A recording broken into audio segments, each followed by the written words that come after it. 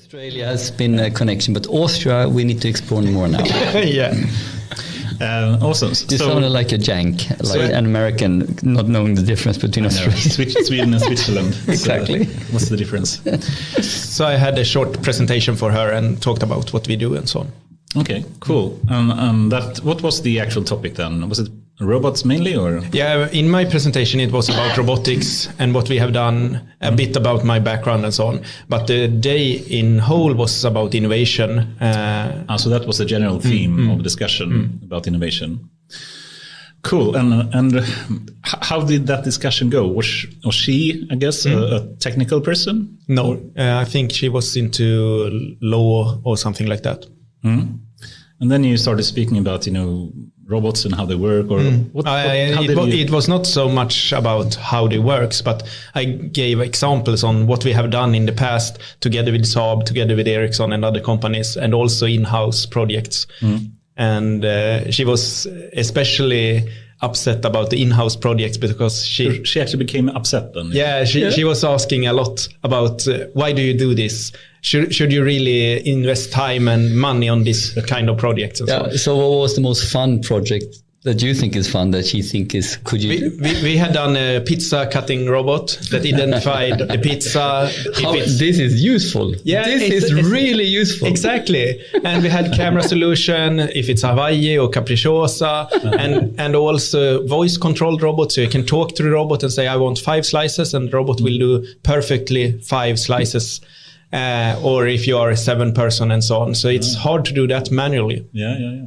So you basically told the robot, I want 5 slices of pizza, and the robot can go and... Yeah, and the robot also have a speaker. So it says, yes, boss, I will do this for you. And she actually became upset about that. She said that this is not what I want to have in the future, and you should not invest money in this. And I said, this is an in-house project we did in and after work, just a short project like that. But she said that we need to focus and spend time on more realistic robots, or that they... Like what? Did she give some example? Elderly care. She said that she wants a robot that can wipe her butt in the future and so on. Did she actually say that? Or? Yes. That's so funny. But with some kind of... glimt in the ögat, so to speak? Or? Yes. So it was a good discussion back and forth. And she asked, why aren't you more into medical robots? And I said that the regulation is quite hard, and it takes a lot of money and also time to get through all these regulations. And she also asked, why can't we have robots more in this society open? And I said, maybe in the future we will see more robots in the society, but for now we need to think about the security and so on. Yeah, and what was the main angle here in relation to Austria, or why do you think she was interested in doing this trip and talk about innovation with Swedes? Yeah, she is the ambassador, so she lives in Stockholm. Of course. So she is interested in the trade collaboration between Sweden. So as the ambassador of Austria, she stays on top of Sweden, so to speak. Yes, and she wants to have more collaboration between the countries. And Austria is also an innovative country, and Sweden is. So she wants more collaboration between the countries. And could you imagine, or could you talk about, did you get into those kind of discussion? What can that innovation be all about? Or is that next step? Yeah, we talked about that as well. And Saab was part of the meeting, and they was talking about the collaboration in the defense industry and so on. So we had some concrete discussions. And also she had a trade commissioner with her, and we was talking about some theaters. We can use robotics, art together. So it's not only the science part, but we also need the humanity part. And it leads me down one rabbit hole here. How important are these types of exchanges, or is it just sort of innovation theater? Is it just inspiration? Does it lead to anything, or is it part of building up a long-term relationships? How do you see the value of doing things like this? I think they can be great, but the biggest value is not actually talking with the ambassador, but the other participants. So me talking with other companies presenting at this occasion, I think that is the most value, at least for me, to have these contacts with other participants. But isn't that then really then when these types of engagements, there needs to be an arena to meet, and there needs to be accountability, mandate, and trust that someone can supply, like an ambassador. Exactly. And within that arena now, fruitful things can happen. So that's the main goal, that we have these arenas, and the ambassador is there and create it and make me spend time. I want to go there because she is there. Not if someone invite me, go here to this mingle, there will be cool people, I will skip it, because then I have better things to do on my agenda. But if it's something special, this was on the Castle of Linköping, a big dinner and so on, then I can take my time to go there. Makes sense. Was it this specific robot that you? No, I didn't have this specific robot. I actually didn't have any robot with me at the presentation, but I was talking about different kind of robots. And the pizza slicing robot was actually a normal robot arm, like an industrial arm. It's an industrial arm used for pizza slicing. Yeah. I wish I had one of those at home, by the way. Yeah, but I'm not going to ask you if you have one, because you don't want to answer that. The pizza robot was actually at my home, yes.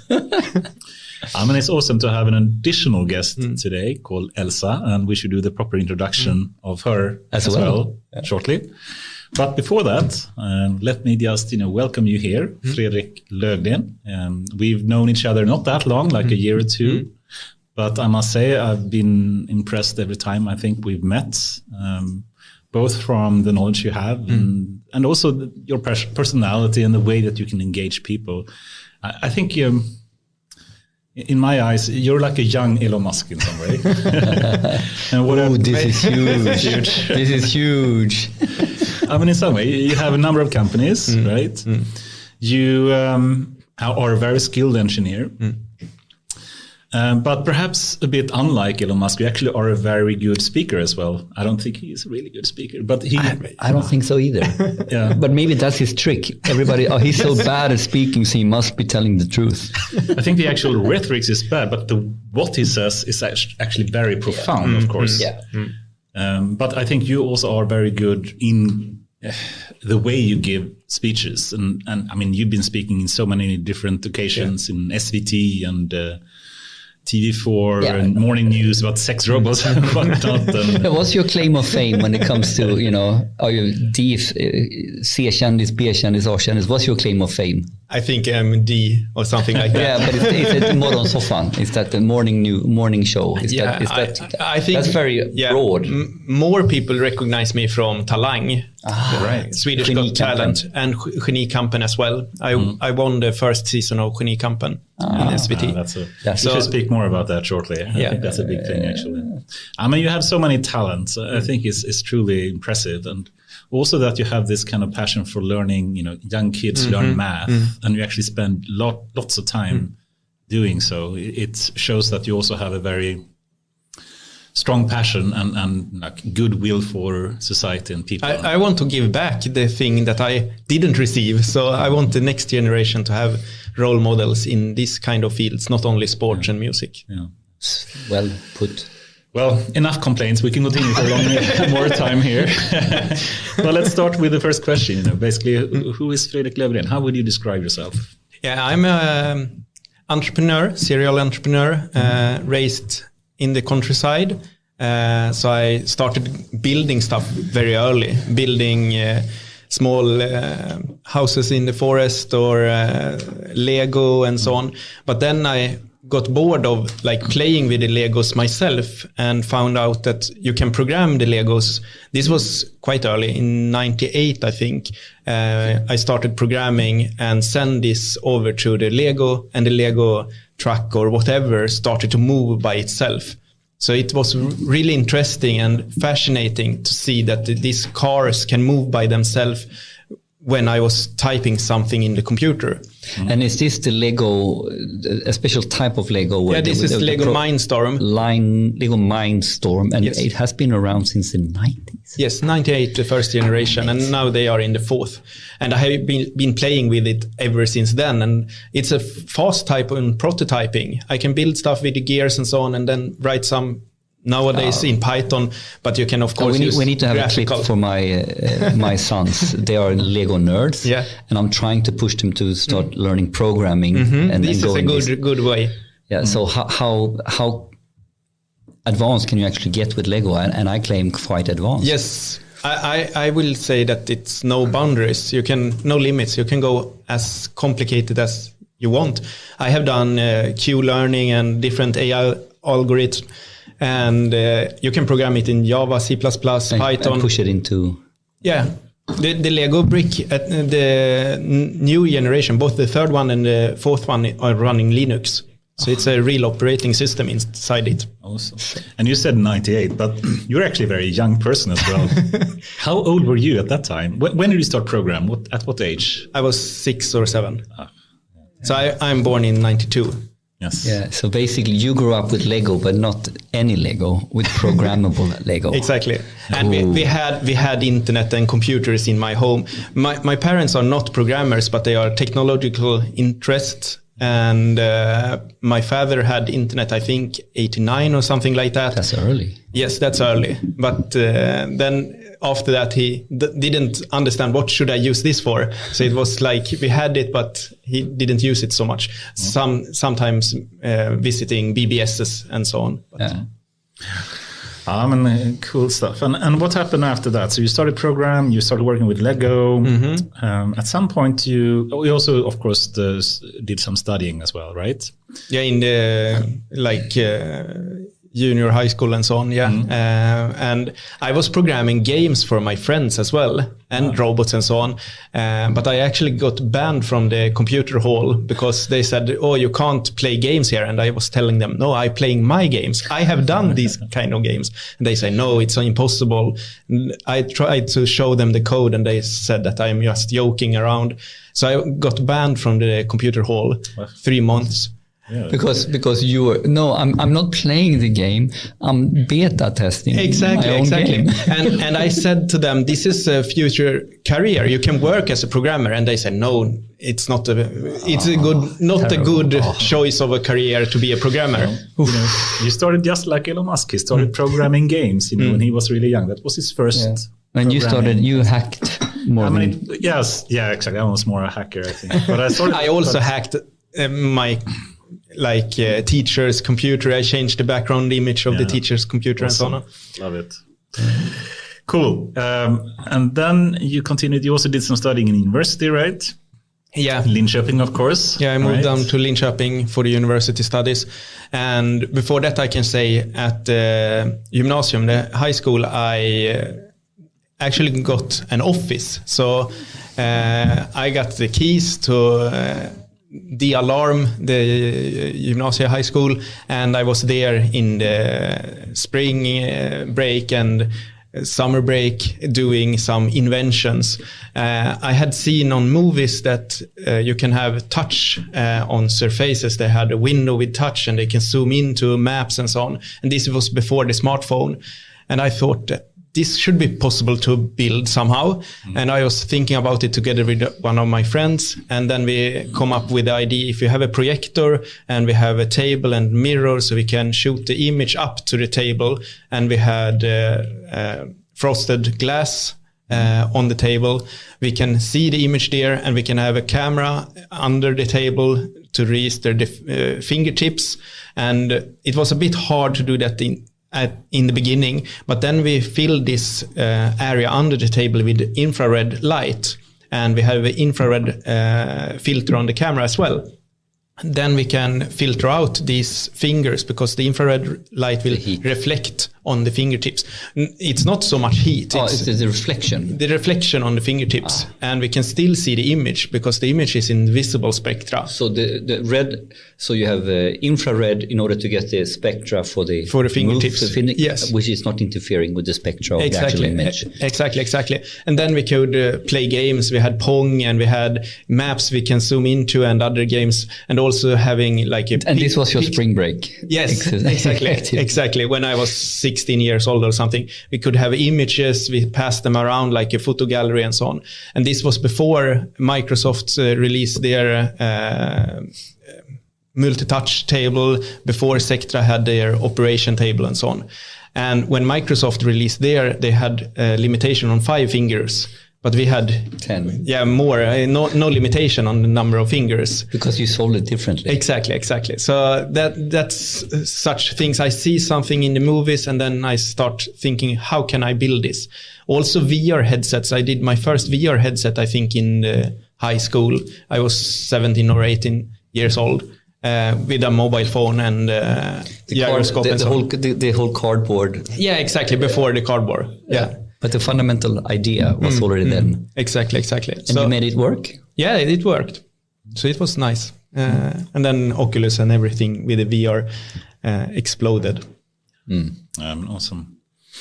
Okay, so I know you did so many things when studying as well, but you started to study at what program was this? It was not applied physics, because I thought that I already know how to program. Why should I study programming? I have been programming like more than 10 years when I started university. So I thought, I'm already pro on this. Maybe I wasn't, but anyway, I started applied physics because I thought that it's good to know physics as well. Yeah. And then we had internal championship in programming at the university, so internal competition between the students. And in the first year or first semester, I think I won the competition, first or second maybe. And then one of the teachers was emailing me and asking, how did you win? You're studying physics and you won over the computer science guys. And I said, yes, because I already know how to program. So maybe it was the right choice to study physics, because apparently I knew about algorithms and algorithmic programming, competition programming. I already knew a lot of things. I have been competing in different competition, like the Baltic Olympic Programming Challenge and so on, and also Swedish Programmeringsolympiaden. Perhaps we should go there for just a second. Competitive programming is a bit different, I would argue, than normal programming. Or how would you describe what competitive programming is? It's more about algorithm, how to solve problems, very limited, concrete problems in an efficient way. So normally if I program a robot, I have a purpose. The robot should bring me something, do some task. But in the competitive programming, it's more about clever data structure or a clever way of... And what was the criteria to win in competitive programming? It is the most sharp or neat code, or the shortest amount of lines? You can have the different rules. So there are programming competitions where you should be fastest, like writing the code fastest or having the shortest code. Shortest code, solving the problem the fastest. Yeah, exactly. So there are different competition with different rules, but normally you should clear all the inputs. If you don't succeed in solving all inputs, you get less score. But if two competitors have the same number of inputs that they can solve, then it's the fastest one doing that. So what's the normal setup for a competition like this? You're given some kind of instruction, yes, and you have some time frame. Can you just describe the normal setup? Today, they are using computer judges. So you get the task formulation on a paper. It can be 7 tasks or 5 tasks. Some of them are short, like 5 sentences, but some of them can be quite comprehensive. So you need to really dig into the problem and try to understand what are they talking about. And it's very clear about how should the input be structured, how should the output be structured, because we have a computer judge. No human will be interfering in the judging process. So you need to really read how many lines should you read from the standard input, how many lines should you print out, and so on. And then you start programming, and you can do it in different languages, Python, C++, Java, or whatever you want. And then you send in your source code to a web interface, and they will compile it and run it, and you will get an answer. For example, you succeeded in 5 out of 10 example inputs, or you succeeded in all of them in this time frame, or you get a compilation error sometimes, or you get memory exceeded. You can get different outputs from the judge. When I was competing in the beginning, you sent in the code to a human, and the human will compile it and try it with different arguments and so on. Yeah. I mean, cool. And I guess it's rather different then, because you have a time limit as well that you can spend on it. But normally you have it in a real project as well. From the client, you have a time limit, a deadline. You do, but it's not that short, right? No. Or what's the normal time limit that you have in? In a programming competition, it can be 1 hour a problem or something like that, even less sometimes. But 1 or 2 hours a problem. And the problems should be, if you know how to solve it, it should be solvable within maybe half an hour. But you need to know a lot about different data structure, algorithms, and so on. And you can read it online, but it's also, even if you know I should use Dijkstra's algorithm here, or I should use the Simpsons algorithm here, you need to transform the problem and the data to fit the specific algorithm. So it's not only like you have this data, sort it fast as possible. It's a bit more tricky. So what would be your tips if anyone is interested in getting into competitive programming? What should they do? Should they learn about like basic data structures, basic algorithms? Yeah, that's maybe the second step. I think you can start working directly, just tinkering around. You don't need to know all our algorithms, or it's hard also to know what kind of algorithms should I know in the beginning. So start to solve the problems. Usually you can solve it in a naive way, and then it will find the answer in maybe 1 hour, 2 hours, 5 hours. But then you can start like search on different breadth first search or depth first search, or different sorting algorithms and so on, just to get the grasp of how to think about it. Yeah, I mean, cool. And there was this new thing from DeepMind. What was the name of it again? They are trying to solve these emo problems, math problems. Is it? No, it was AlphaCode. It was actually a model similar to these large language models, but in this case, they actually tried to, given just the textual description, if I recall correctly, of the problem in programming competitions, write the program and have it, win this kind of competition. And it's kind of different. You have these kind of codecs and other models that can help you program and write code.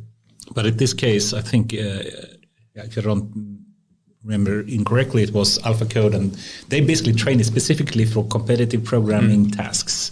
They took historical ones, they gave it the textual description, and they made it train how to do that. And so they trained an AI to solve typical competitive programming problems. And I think they didn't beat the expert human, but they came, I think, to the 50%. Or 50 percentile of average human performance, so to speak. But still, it's kind of impressive, right? Exactly. Yeah, it's really impressive, and it's much more. That is much more impressed than these GPT codecs. Right? You write, I want a button on this location. Yeah, it's quite easy to figure out how to have that button in that position, but it's much harder to know what kind of data structure and so on. Yeah. Do you think, how long would it take until humans are succeeded by AI in competitive programming? Do you think it will? Yeah. Some day, some year, it will happen. But I think it will take quite a long time until they are better than all humans, because it's the most challenging problem are really, really hard, even for the most experienced humans, and you then don't have so much data samples on the solutions. So it's hard to tell, but probably before the 30s, so within 8 years. Awesome. Yeah, similar to what was the person that predicted the singularity would happen in 2029? Kurzweil, thank you. But this might not be the singularity. No, of course. Yeah. But it's coincide. The timing is at least. But if we go back to the university, what was the reasoning around choosing going down the physics path? Yeah, it was because I am interested in physics. And I think physics is the foundation in many fields. So it's good to know a lot about physics. And also a lot of my role models are physicists and good. Like who? Any specific person? For example, Max Tegmark and other people as well. Also, I am interested in how the university works. Yeah, and if I tweak the question a little bit, where was your career path? Or I'm not sure you were thinking, but physics. I wanted to do robotics. You were clear on robotics early on. Since I was 10 years. So I wanted to do robotics. Your direction was robotics, but instead of going the programming route to robotics, you find the physics route to and you need to know about mechanics and you need electronics and you need that kind of stuff as well. And I already knew quite a lot about programming, so then it's good to learn more about how to create PCBs, how to create sensors and the hardware. I had already in high school and junior high school built robot myself, not only with Legos, but also electronics with transistors, resistors and so on. So I have been doing that, but I wanted to learn more how to calculate what values should I have on this capacitor and so on. But just to continue on this train of thought now, going into university, knowing I have a clear direction, I want to be in robotics. How should one think around your university curricula, or how did you think to find a path? I thought that, and I still think, the most important thing is to do what you're thinking is fun. Follow your passion. If you're into software, follow that. If you are more interested in hardware, follow that. Or if you're into like the brain and cognitive science, read cognitive science program. I think all of these competences are needed when you are building a robot. So it's better to follow your interest, because then you will learn more and you will be a better. I love that advice. You know, I want to be in robotics, but this is multidisciplinary. So where is my passion and how does this fit robotics? Exactly. And nice. I can also add on that I read international applied physics. So I have always been interested in languages as well, even though I don't speak so good English, but I read Spanish at the university and I took 1 year off, or not off. I studied applied physics in Spain, like thermodynamics and quantum mechanics and so on in Spain. So that was also one reason I chose to read in Linköping and applied physics, because the computer science program don't have this international profile. Then of course you can go abroad, you can read in an English speaking university, but I wanted to continue learning more Spanish.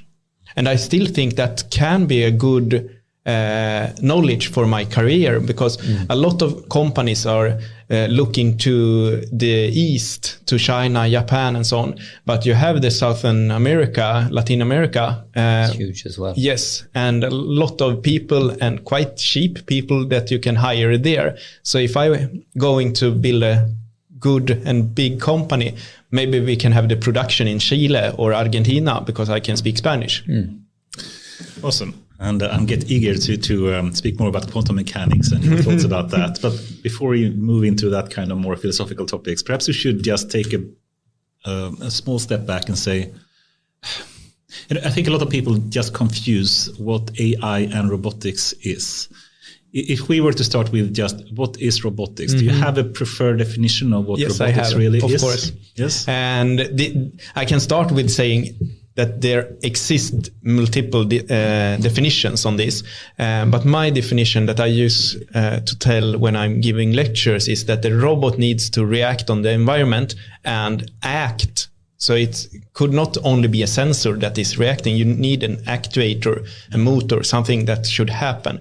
So for example, lawn mower, it reacts on the bumpers and moves away. That's a robot. What about the chess playing machine that is playing completely in a virtualized environment? Would you consider that to be a robot? Yes, you can have software robots as well. Yeah. It doesn't need to be a physical artifact. And I would say also that these trade robots, they can be robots. They are reacting on the environment, taking decision and acting. Should I sell this? Should I buy this? Also chatbots. they react on what someone is talking and answering that. So I have a quite broad definition on so it doesn't need to be mechanical. So no, it can be a software immaterial, like only digital software. But it's also a rather similar definition to reinforcement learning. It also basically says that anything that acts in an environment and actually performs some action and then use that to optimize some kind of future. But there you had the difference that you have some form of experience. The behavior will change.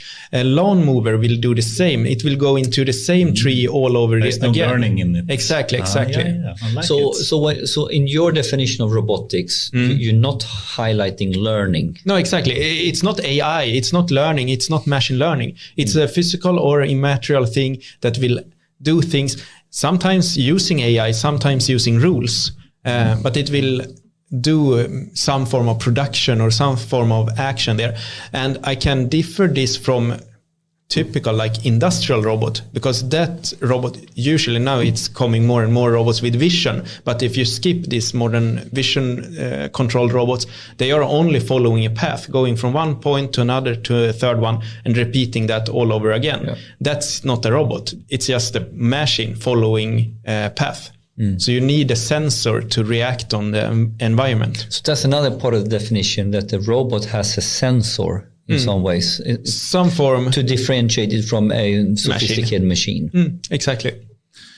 I mean, I think that's a really good definition. I really like it. But I guess, I mean, I get a bit annoyed because people conflate the two terms. They think that robots is AI or AI is robotics. All the times. Right. And also confuse it with these RPA systems. So when I'm out, they are always, you're working on the RPA field. And I said, no, I'm not doing screen clickers. But now this is an interesting topic. Can we argue with the logic of definition of robotics that a screen clicker is robotics at all, a virtual robot? If it's using... Now we're going down a path he doesn't like. But let's no, it's fine. It's fine. Is a screen clicker a robot? If it's just following a pattern, like then it's a moving, then it's a machine. But if it's using some form of optical character reading or something like that, then you might define that as a sensor and it's using that as an input. But usually all the RPAs I have seen are stupid machines, because if the program change, if the layout of the software change, the software, the RPA needs to be changed. And I should clarify as well, I'm not against RPA. What I'm against is that they think RPA is AI, or that they think it's the future of AI or something. It's just a conflation of what the terms mean that I'm against. RPA can be super useful. I use them. Yeah. I program RPAs for myself. Yeah. But I don't think the naming is so good. And the real problem, what upsets us, is that in this big hype train, where we start muddling the definitions, we are muddling the problems that can we solve with the different tech, and all of a sudden we get a LEML train. Now we should do everything with the RPA, which is a really, really bad idea. So by being a little bit more clear on the definitions and not overselling it, but showing what it's truly useful for, we would all benefit. I think that the RPA have a use today, but in the future they are not necessary anymore. I was meeting the Minister of Digitalization here in Sweden last week, I think, and we was talking about just this, and he said that we are trying to, in all this procurement. Procurement? Upphandlingar. Procurement. Yeah. Procurement. They should have a requirement on open APIs. So, for example, for the police or for the community or whatever, they should have an API. So different programs, different institutions can talk to each other using software instead, using a REST API, for example. Exactly. And then we don't need any RPAs. Oh. Yeah, cool. I mean, it's actually similar to, if you remember Henrik Landgren came here to speak about Arc Capital. It's like an investment firm, but instead of you making pitches to what you should invest in, they simply look at the data and say, okay, this looks like a good investment. imagine if that was possible for procurement as well. To actually just say, okay, give me your data and show it, and we make a more objective decision on how to proceed. That would be really awesome. Yeah. Cool. And perhaps we haven't mentioned what RPA stands for.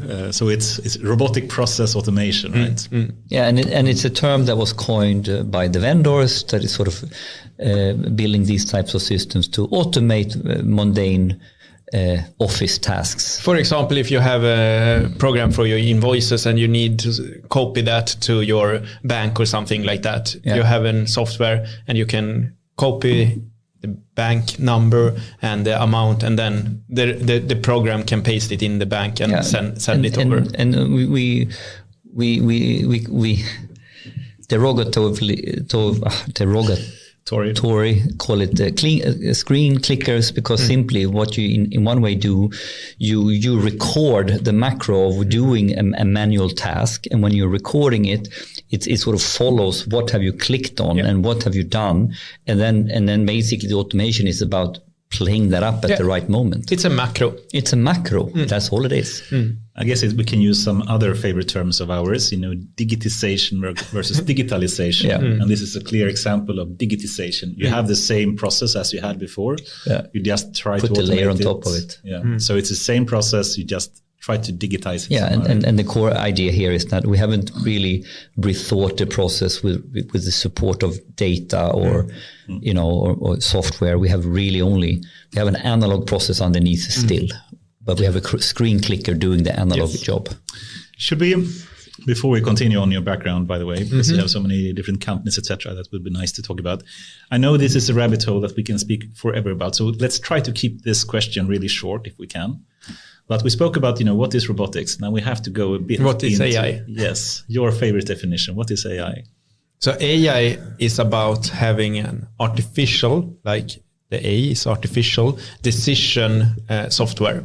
So something like a robot or just a computer vision algorithm or something that take decisions by itself. So I don't say, do that, do this, but the algorithm can do the decision by itself. And I have a quite broad definition here as well. So for example, good old-fashioned AI, like rule-based AI is still an AI, but then it's just following a lot of different if statements.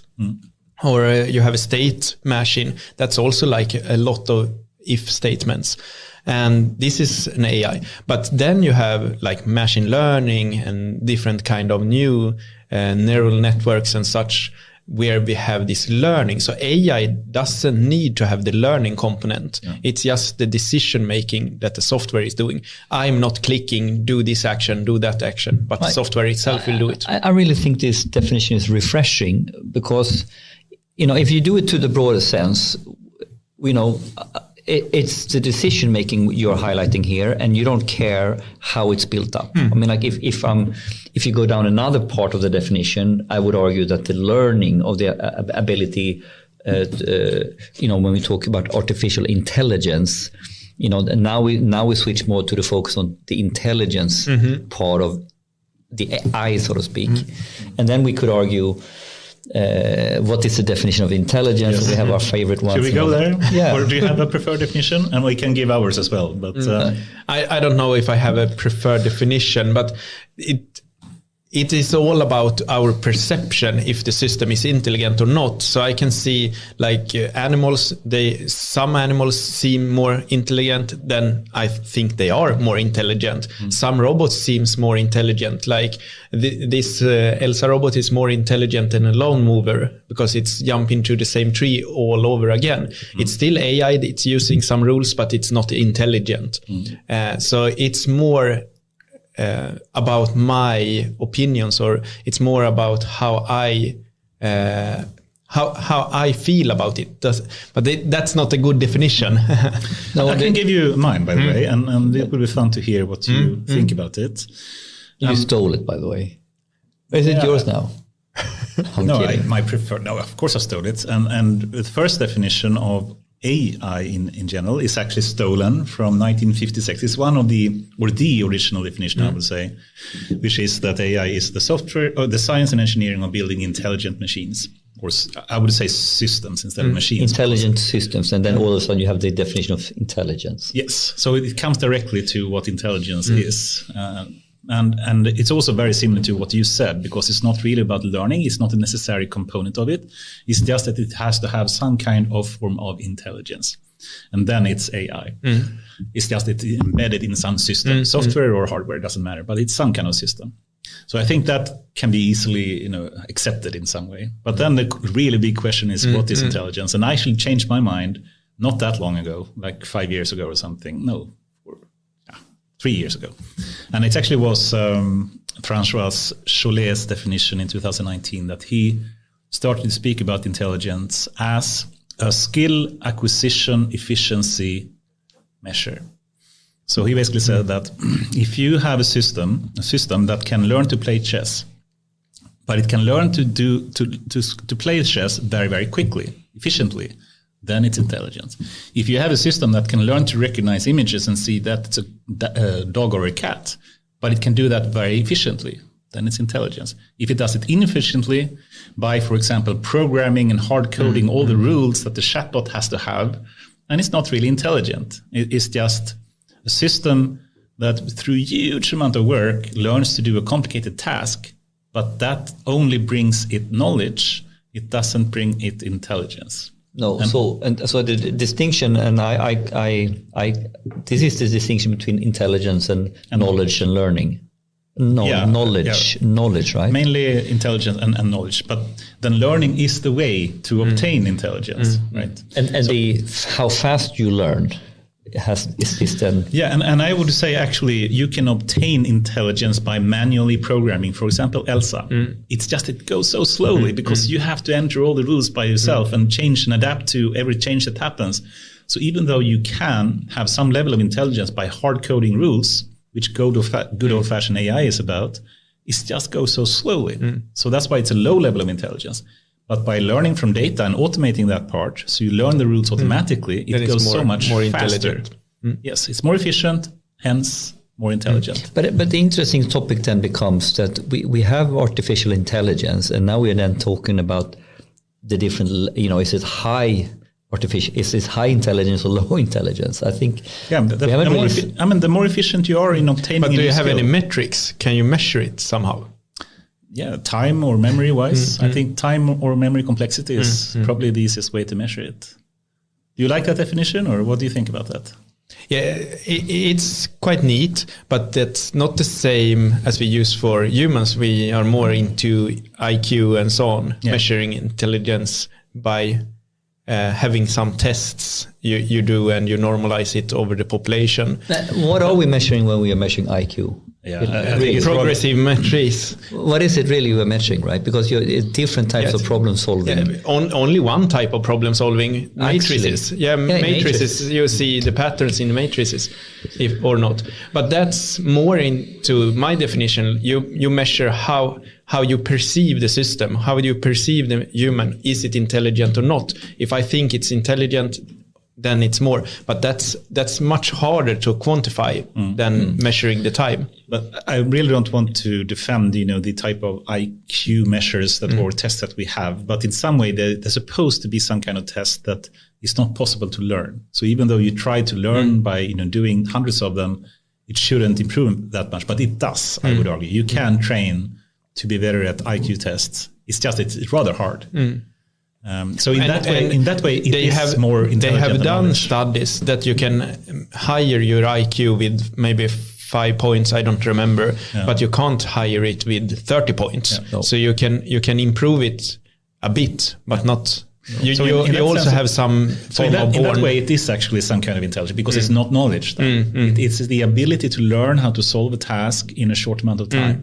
Exactly. So in that sense, it measures that. And the interesting then, how do I devise a test that separates intelligence from knowledge? Yeah. And that's what the IQ test is trying to do.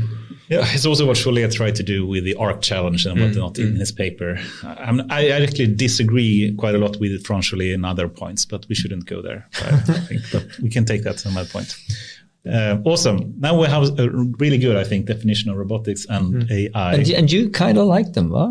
Yes. Yeah, of course. Because sometimes, I'm biting my tongue and I spell it out. But you're not biting your tongue. I don't see you biting your tongue. Fredrik is a star. Smart guy. Yeah.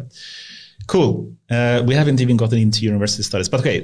How did you chose to do studies in physics then, but you also start working with robotics rather quickly then? Yeah, I was like doing this competition and I had this email, have you cheated, or how can you be so good in programming? And they actually did some searching online and found out that I have been competing in these programming challenges, but foremost they found out that I have been competing in RoboCup even before I started university. So you were recruited. Yeah, exactly. They recruited me to start a new robotics lab under Fredrik Heinz, that is a professor nowadays. Yes. So I was recruited to decide, or together with the other researchers, what kind of robots should we have, what kind of computers, what kind of GPUs should we have, and so on. And we started up a small robotics lab at the university for humanoid robots, like Elsa here. And was this the start of the humanoid robotics lab? Exactly. That was the start at Linköping University for the humanoid lab. So I was part of that and ordering all the equipment. Oh, you had so much fun, Yes. buying toys. Exactly. But also I was teaching robotics using the robots, and introductory course in robotics, and having the robots. In the beginning, we just had 2 robots, and then they gotten more and more and more. And now we have 12 of them in the lab. So in this way, you were recruited into the lab to start the lab. With the real goal of winning RoboCup, of course. We should go really to RoboCup, and I think and speak about how does that work, how do you compete, and everything. So we have mentioned Elsa so many times, and I think I can see she's starting to be a bit bored here. Yeah, and I think we should really introduce Elsa as well, so she doesn't become too sad about not joining the discussion. Could you welcome Elsa to the discussion, please? Or? Yeah, of course. So often when we are using robots, and as you said as well, you said that, Elsa looking bored, but the robot itself is not having any feelings. But we as humans are putting feelings projecting on robots. But we are using these kind of humanoid robots in research, like swarm behavior, different robots competing together, doing stuff, and also developing awareness of the environment, like computer vision, planning, navigation, and so on. And we have them in research projects, but also in competitions. For example, a world championship in soccer and RoboCup. And then we have 5 against 5 on a small field. But don't go into RoboCup. No, I think we have a separate topic for that. Just welcome Elsa to the discussion, please, if you could. So I can start her up using my computer. Can you get her in the camera as well? Yeah. So we have a small Python script, so I can control her, for example, stand up, and then the robot will stand up. And now the robot moves all joints, and the arms, the legs, and so on to become... My battery will soon need charging. In a standing position. Now she has waited too long, so the battery is maybe a bit low. Awesome. And I can also make her talk. So for example, the robot can say... Hello, I am the robot. I am better than Anders. This is a stupid robot. I can hear that. You're really smart. I really like you, Elsa. You're really smart.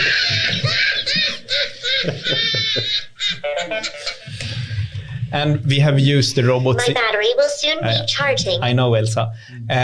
We have used the robots in different competition, but also in Sweden Got Talent. So maybe we can... So was this a specific robot that was in the talent show? Yes, this has been in the talent show. And I can make the robot dance, for example. And this is pre-programmed, so we have done the animation.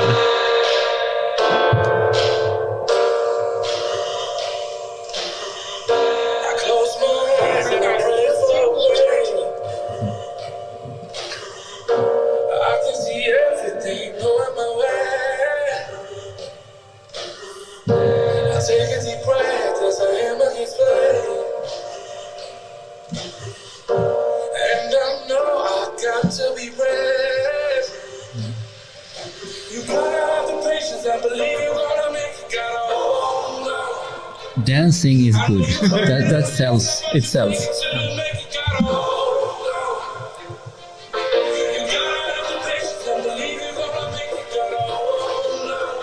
You couldn't drop it. We should really bring her to the karaoke shows later and see if she can actually win. For once, actually win a karaoke show. But yeah, I think she would have a big chance of winning a karaoke show. And then but also, I think we should be clear here. This is a bit of a gimmick as well, right? And yeah. For now, I control the robot, but it can be used for more advanced AI. Yes. Can you just speak a bit about the hardware? What type of robot is this? Yes. How does she work? We have 28 motors, 28 actuators, and all actuators have a positional sensor, a temperature sensor, current sensor, so we can measure the current flow. For example, when the robot is grasping something, the current will go up. We have ultrasonic sensors in the chest to measure distance. In the eyes, we have infrared sensors, so it can send commands for a computer or a projector or TV, for example. But it doesn't look through the eyes. It looks in the mouth with a camera and in the forehead. And since it's looking in the mouth, it can't speak there. So we have the speakers in the ears. So it speaks in the ears, look in the mouth, and have the microphone up in the head, 4 microphones, and I can triangulate my voice or sound. So if I'm speaking from this direction, it will reach the closest microphone before the other one, and it can turn the head towards me. Right. And a lot of different buttons. We have buttons on the hands, on the feet, we have bumpers and some LEDs. And in the body, we have gyroscope, accelerometer, and such sensors to measure the rotation if it's falling over or something. Yeah, but like the simple task of standing up, what does that require in terms of you're using several of the actuators, the gyroscope? Yeah, exactly. What is in play? Yeah, it's like you said, if I turn the robot down, it will figure out how to reach the standing position from this laying down, and I have the same code when it's on the belly or the back. It figures out how to move all the joints. So it's some. But how much is pre-programmed set of rules, and how much is actually driven by sensor? It actually second by second taking new decisions. Yeah. So we have some pre-programmed rules that it select between, like a state machine. So if it's on the back, it's first go to sitting position and then go up. If it's on the belly, then it's go to the sitting position and then up and so on. So we have different pre-programmed rules. But for example, when it's walking, then it's the dynamical adjusting all the time. So if I take the robot here and I will walk forward, it's adapting the gains and so on, how to move the feet.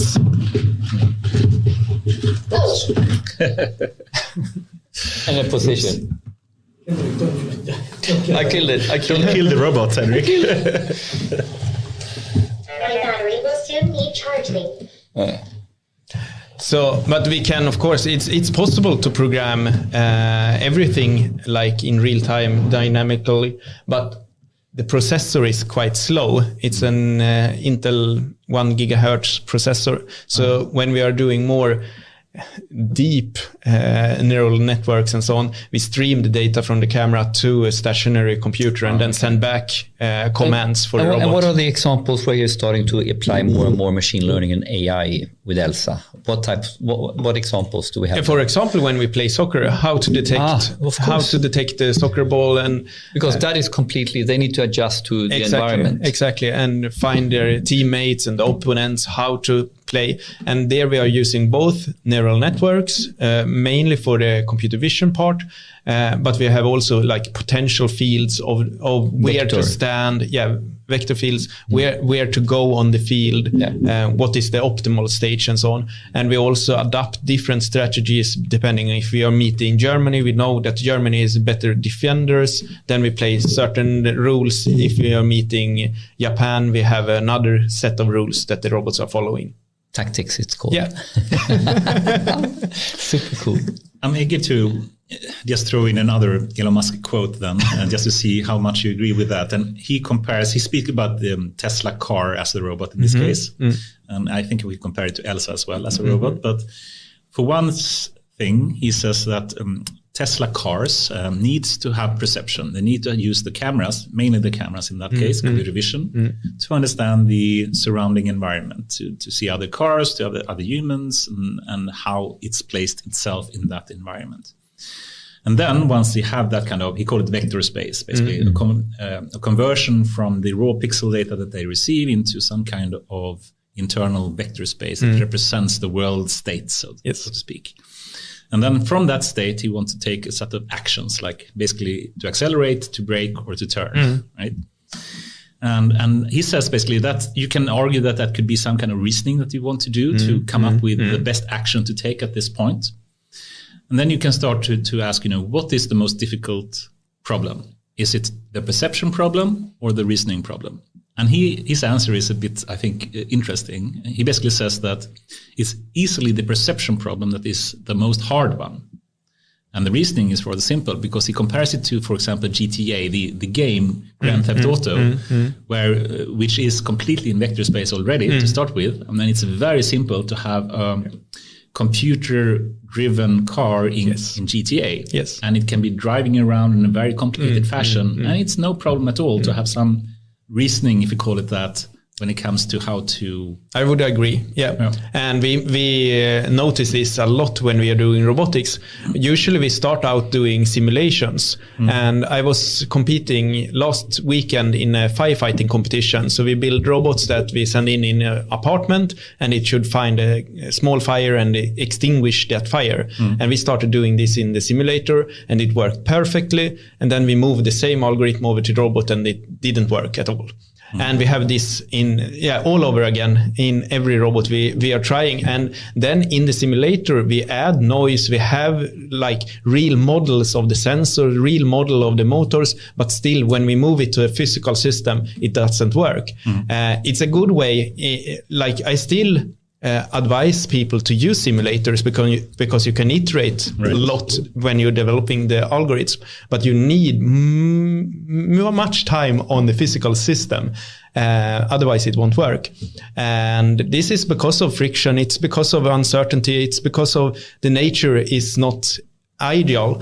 And this is why I love robotics. I started doing some games in the computer, I did a car game, and that is boring because you don't have these uncertainties. I want something physical to move around because that's much more complex and therefore much more interesting. I must, just on the Elon Musk topic, did you see his last TED talk just quite recently? What was it about? No, he bought Twitter. He's going to focus on humanoid robotics, and he basically says to Optimus, solve, and to solve self-driving car, you almost need to general AI to solve it. I mean, when the physical problem in reality, if you really want to solve it, self-driving cars, you're getting very, very close to what he says. And that's also the topic of embodiment. You can't do a robot closed in a can or something. It needs a body. It needs to interact with the environment, to grasp things, look at it.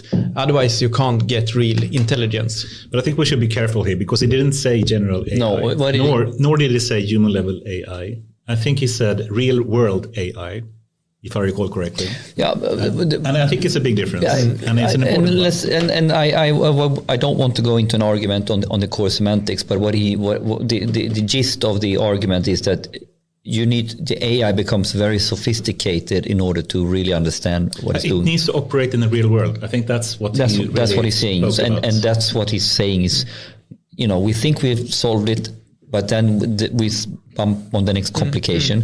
On the other hand, they are closer than ever. So he's not saying that it's that far away. I think also we can say that we can have working and useful self-driving cars without having general AI. Yeah, of course. Yeah. And that's why it's important to make a distinction between real world AI. But then I maybe listen to what he said the last time, because I think I'm not saying he's saying general AI, but I'm kind of sure he said real world AI. But the AI problem is for self-driving cars is quite huge in terms of many different aspects. Yeah. But the hardest part is the perception there, because we need good information to feed into the reasoning. If you have trash in, you will get trash out.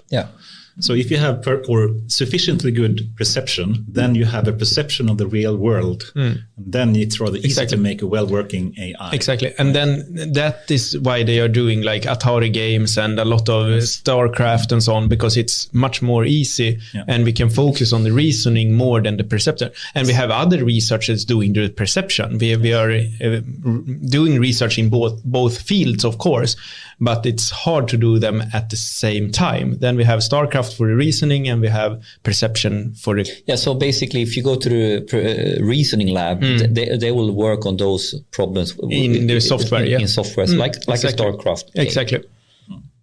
I have to ask this question, and sorry, we'll never pass the... But anyway, Fredrik, is Elsa conscious? No. Why? Because she is just following the software, and she doesn't... Depends, of course, how I program it. I think in the future we might have robots that have a consciousness, but for today it's just like a tool following the rules, and she is aware of the environment but not conscious. She knows about the environment. She can see humans, she can see goal and opponents and so on. And that's awareness, but not consciousness. What's the difference in consciousness and awareness? Because I think this is a brilliant, good example. And to be clear here, but what is consciousness to be conscious and not aware? What's the difference? It's a bit hard or tricky question. I would say that consciousness is about We will soon be charging. Shut it down. So. It's conscious about the low battery She's level. actually conscious about her battery level. I would argue. Is she aware? So I would say that it's an understanding on the environment, understanding what is a human, what is opponent or goal and so on. But she is not aware. She is aware of the goal, but she doesn't understand what it is. The like semantics and ontology, and she can't connect it to other stuff in the world. Only in the game, she is very confined reasoning space there. Can you have a confined consciousness? If we try to just elaborate a bit further and say that, imagine you had a very confined space, very confined world. Perhaps it's only the world of playing chess. The only thing you can do is take an action of moving some kind of piece on the board. Nothing else exists. Then it's easy to say that the virtual software would be very aware, at least, of all the positions that you have and what actions to take. And you can sense what's happening in the game, and you can take actions on it. And you can reason about that and perceive what's happening. Is that still not consciousness, but in a very confined, like a narrow consciousness? Could you argue that there is such a thing? Yeah, I could argue that consciousness is in different levels. You can be very high consciousness and low consciousness. And that's also between humans. If you have taken drugs, maybe you are in the lower spectrum and so on. So yes, that's a spectra. And if it's in a confined space, vector space, or whatever you have there, or the only thing that exists is the chess game, then it's consciousness within that field. I would actually say that, similar to what Elon said, real world AI is, perhaps we have real world consciousness. And today's consciousness or awareness that Elsa has is very narrow, of course. It doesn't understand what she can say that this is a glass potentially, but she doesn't really understand what the glass is. She doesn't have the background knowledge of that. But that is also programmable. You can do an ontology about the glass and what you can use it for and so on. But if we add now the latest and biggest large language models like GPT-3 or even greater ones, like Gopher or whatnot, that wouldn't, and basically you can ask them stuff and they can say something that they understand what the difference. Understand is a sensitive term, but they at least have a larger understanding in at least they what can the glass distinguish. is. And they can distinguish things. Yes, and we get not to a human level, of course, but at least to a stronger level of understanding of what objects are. Would you agree with that as well? Yeah. So we can get closer to, it's not human level. Perhaps it's some kind of real world consciousness that Tesla cars have. But it's not human level, but it is useful level to at least. But then it became hard to tell the difference between awareness. Yes. And conscious. That's why we are blurring the line of. I like the way we have started. That there is a difference between awareness and consciousness. That makes sense to me. Can you have consciousness without the conscience? Well, at least to me, I don't want to go too deep in this, but at least for humans, we can very easily differentiate between unconscious and conscious type of actions that we take. At least that's one part of it. And we know that we can blink the eye without taking a conscious choice of doing so. But then the eye is potentially aware that something is happening here. It's not consciousness aware of it.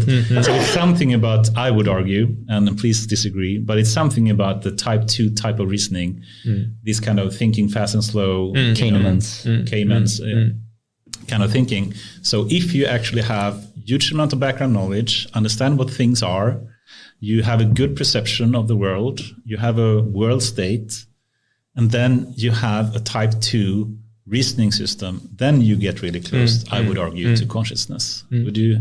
Yeah, I agree in that as well. Yeah. And Elsa doesn't have a type 2 system yet. No. And let me break the bubble, but I actually try to close this.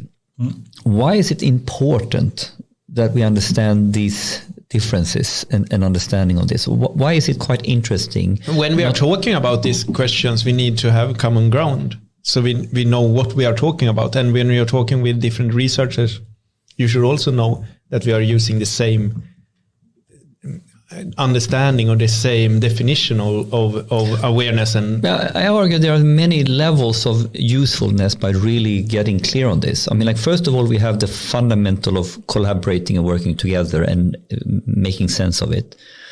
Then I argue it has a quite huge impact on the whole field of AI ethics and what is, regulations and stuff like that.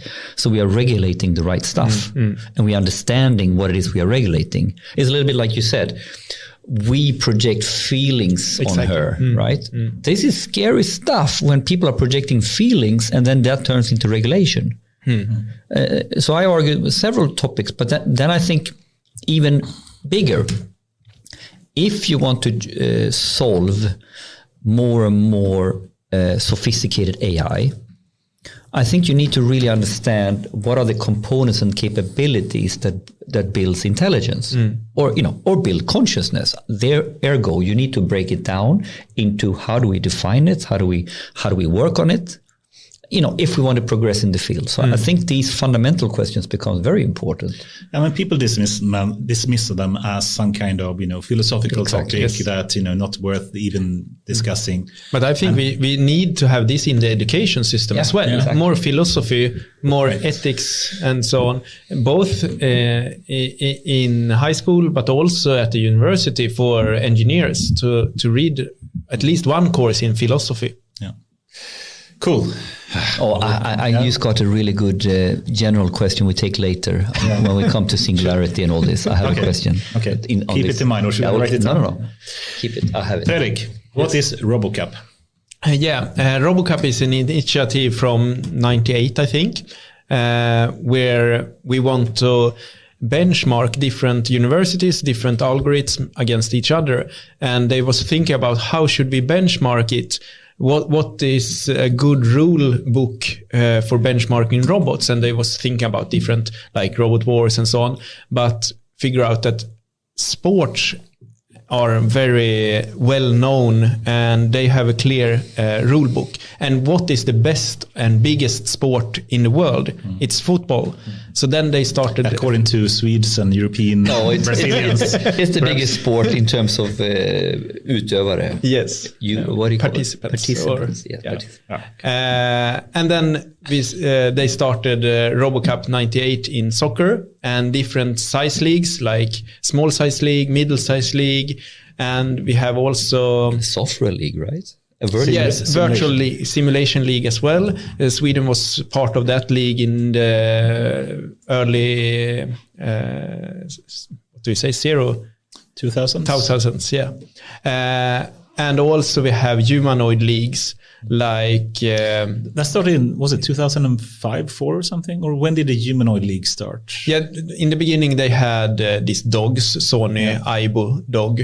But I think the humanoid is from 2004 or something like that. I think so. And then they have kid-size, team size. 2001, and there was no humanoid at that time at least. And are you playing with the same? So this is a SoftBank robot, right? So there are a lot of different categories, and nowadays there are even more competitions than the soccer one. We have at home with service robots, we have rescue robots, we have a lot of different leagues, and both software like virtual, but also this Now robot. Elsa is a Now robot is a standard platform league, so everyone has the same hardware, and that platform league has changed from the AIAW robot dog from Sony to this Now platform. I think in 2010 or 2011 or something like that it changed. Is it a full-size humanoid league as well? Yes, adult size, and then they build the robots from scratch by the teams, so it's both hardware and software development, and they the match there is 2 against 2, I think, one goalkeeper and one normal player, and they are so expensive. It's really expensive to build an adult size robot, so and they are so slow. You can look at them and they're trying to kick the ball and it takes 5 minutes to kick a ball. So which game do you think is the best to watch? Middle-sized league I like. They are using wheels and robots are really fast, like 20 kilometers an hour, and they are moving around, and it's quite big field as well, and they can shoot the ball and make it like in the air over other players and so on. So it's really interesting to see, and usually the winners in the middle-sized leagues meet humans. And they are getting better and better, closer and closer to the humans there. The goal was to beat... Exactly. In 2050, they should beat the human winners of FIFA. So the human players that win FIFA will meet the robots, and probably the robot will win. I remember I saw the middle-sized league back in 2001 or something, and at that time they're probably much better today. But at that time, they had this kind of shovel wheels. Yeah, they have still. Okay, and but then they weren't really sophisticated, and they had a lot of rules. So you're not allowed to like push other opponents or even co-players around. But sometimes, have this shovel wheel rotating really quickly. If they, instead of the ball, hits another player, the player that flies out the field. And, that was, they got a warning or a red card or something, I guess, for that. But I hope the safety around these robots, if they play humans, is significantly. And have you been successful? Have you competed, or is it every year? Or every year it is, and they are actually changing the rules also to make the competition harder and harder and more like the human rules. So in the beginning it was on flat surface, and then they had some textile, and now they are more like a mat, so it's harder and harder for the robots to walk on it because it should be more human-like. And in the soccer we haven't been so successful, but I have also been participating in rescue, and in rescue I have been quite successful, at least in the junior. So they are both for university, and junior leagues are up to 19 years old. And in junior I have been on the second place in rescue, and then we are sending in a robot looking for victims after an earthquake, for example, searching and also delivering some water bottles and so on, medical kits for these victims in this building.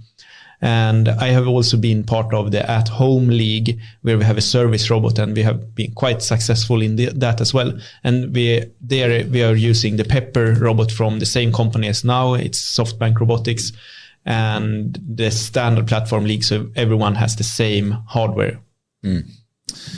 Awesome. But it's so big. I mean, it's a huge competition. This is something that, if you're into it and if you experience it, it's huge, right? But I think when I was in China, it was 4,000 robots. Oh, really? Oh, really? That's amazing. So really big. Who would you say is the best in the world right now when it comes to Robocop? In terms of what continent, university, country, anyone that you can depends. Australia is good in soccer and also in at home. Asian countries are good, but it's more like not the country itself, because you compete as your university. So Bremen in Germany is good. Which Australian university are we talking about? ANU or Canberra? Yes, ANU are great, yes. Yeah. I think Gutman highlighted that he went to ANU because of this. Cool. And the time is flying away here. We have to, cover at least your background as well. So I thought, we can go through a bit of all the companies that you have right now and just quickly give some description of what you do there. Yeah. So I worked at the university and I got bored or not bored, but it was so slow. So I published some paper. I was at a conference and it never came out in the wild to the general public. So then I started Dyno Robotics 4 years ago. Yeah. And Dyno Robotics tries to commercialize papers and algorithms and do products out of the research. And we are focusing in robotics in general, like navigation, planning, computer vision, natural language processing. So we have developed chatbots, physical, like this kind of robots. We are doing mainly software, but we have a workshop with welding and we are doing PCBs as well, the hardware itself. And could you give an example of a project or something that is in commercially we can buy from you or projects you have sold? We don't have any off-the-shelf solutions. No. We don't have you can buy this in our web shop, but we have done a dredging robot that is going under this lake and dredging the seabed. And we have done cleaning robot that can go in parking lots, cleaning outdoor, like sweeping machine. And we are working together with many companies as a consultancy, helping companies with their innovation system and helping them test different proof of concepts. What's the typical engagement? If it sounds like an awesome company, how should I engage? Or what is it that I'm buying? Like, is it consulting a lot or supporting like ABB? No, not so much industrial robots. We are not doing robot integration for industrial robots. But for example, Siemens, we have done a telepresence robot. So they can use that robot. They send it for a turbine and the robot can go into the turbine and they control it remotely. And then we get the full project. So we are not like a normal consultancy hiring out a programmer. You're trying to solve a solution. Yeah, exactly. Develop something proprietary for them. Exactly. We are taking the full project in their innovation department and we do it in our facilities. So we take it, we sit in our facilities with our workshop and programmers and solving a problem for them. Fantastic. And sorry, last question. This is so cool. How much of this is typically software related and how much is mechanical or physical? We as the team are better in software. So we are looking more into software development, but we can do, and we have a farm of 3D printers. I don't know how many, maybe 20 3D printers, and we have like a workshop as well. But we are better in software development. Yeah, but maybe if I reframe the question, these projects, even if you're doing it together with Siemens or something like that, is it always both mechanical or physical stuff and software? We have done completely software project as well, where we are developing reinforced learning, for example, for Saab. And we have also bought some robot platforms. For example, these kind of humanoids, we can buy them and we develop software and then we sell it to the clients. So you find a platform that is suitable for the problem and then you develop the software. Sometimes, yes. Awesome. And sometimes we develop the hardware as well. I get it.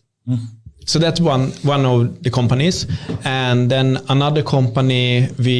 I have had my own company, Fredrik Finurlig, since way back, and giving lectures and consultancy and so on. And in the pandemic, people asked me, "Can you give a lecture over Skype?" And I said, "Yes, of course, I can give a lecture over Skype. But you know that it's from 2003; it's 17 years old." And they said, "Oh, we thought that video meetings was the new cool thing here." And I said, no. Let's go into the next phase. In the 20s, we are using virtual reality and the metaverse. And they asked, what is metaverse? And I said, let me demonstrate it. So I went up to Stockholm to their headquarters at that company and had some headsets with me. I didn't own my own headset, so I borrowed it from friends. And I was there and demonstrated how can we use it. And they said, this is mind-blowing. This is so cool. We need to do this. And then their event organizer they had hired for this conference said, we are out of here. We can't do this. It's too much technology.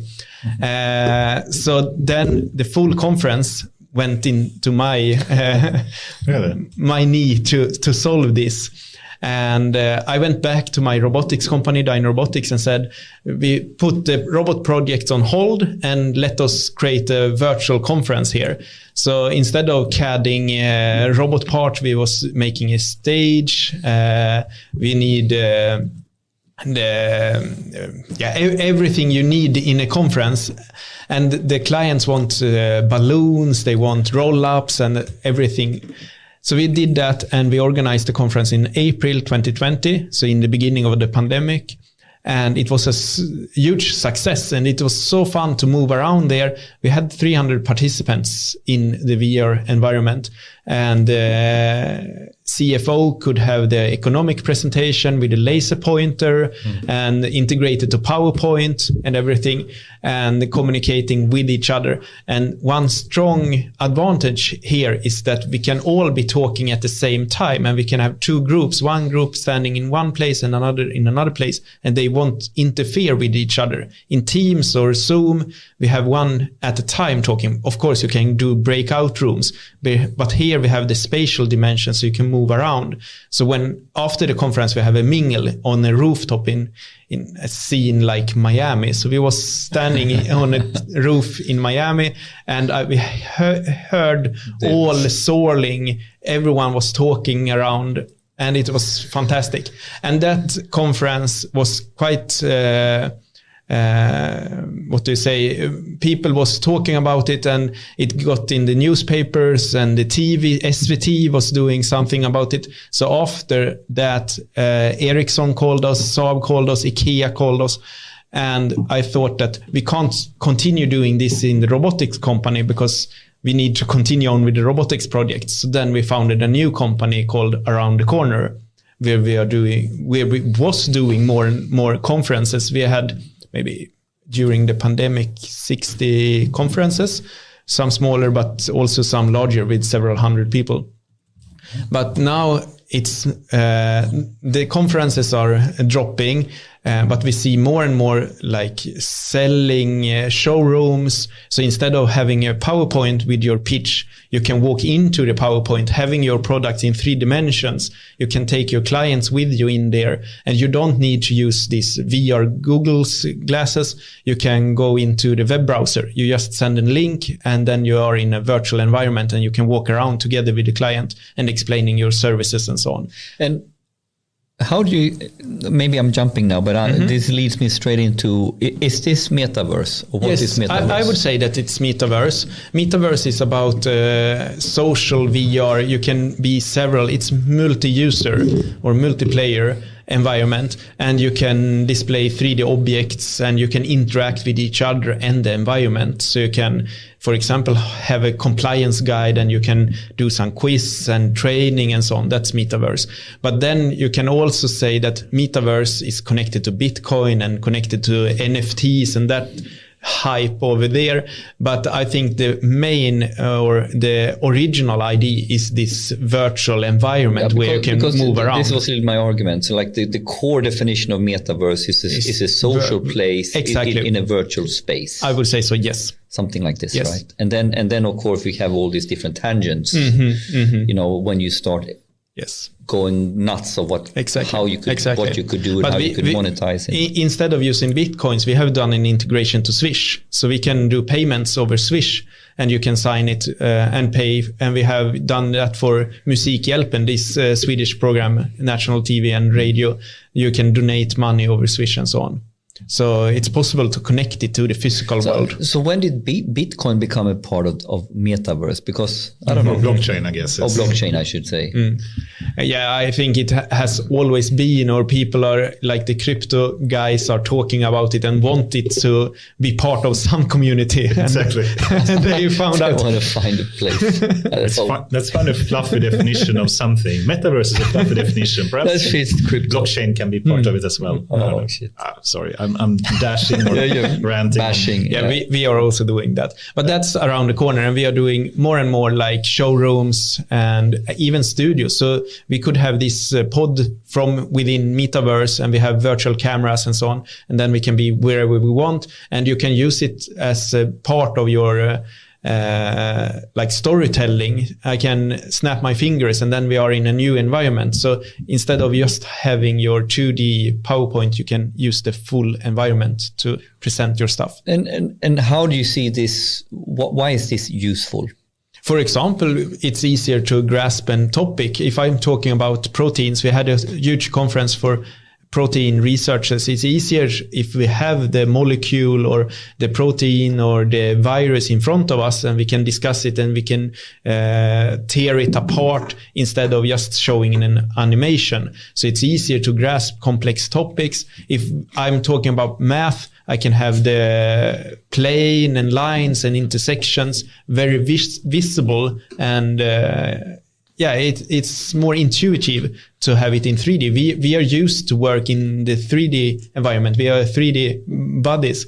And then it's unnatural to work on the screen. So in a way, if we stretch our imagination here, we are not in the future in the same way consuming something on a screen. Exactly. We are walking into the presentation as an experience. I would say so, yes. And I think today it's quite unnatural to do the shopping on the screen or do all our interaction on phones or computer screens or TV. I think we will in maybe 10 or less years have more 3D content. With AR or VR, we can have more 3D content and also record. Today we are taking pictures in 2D. I think in the future we can take pictures and videos in 3 dimensions as well. So we can record information, much higher dimension and much richer content. How do you see the future of Facebook, now called Meta, playing out in this? I mean, Meta or previous Facebook has like halved in value now in the last, I don't know, half a year or something. But I don't think that's connected to the name change. No, okay, agreed. But still, they are claiming, they've been popularizing at least the term metaverse. Yes, a lot. Yes, and I'm riding on the hype. I guess so. What do you think about if we take Mark Zuckerberg or Meta in general? What do you think that will be the main like metaverse going forward, or do you think that we have a lot of different competing platforms today, and the Facebook Meta platform is not so mature. We have better ones from Microsoft called Altspace, for example. We have a lot of different startups, Spatial and Mozilla Foundation have also one called Hubs that is open source, and I think it's a very great one.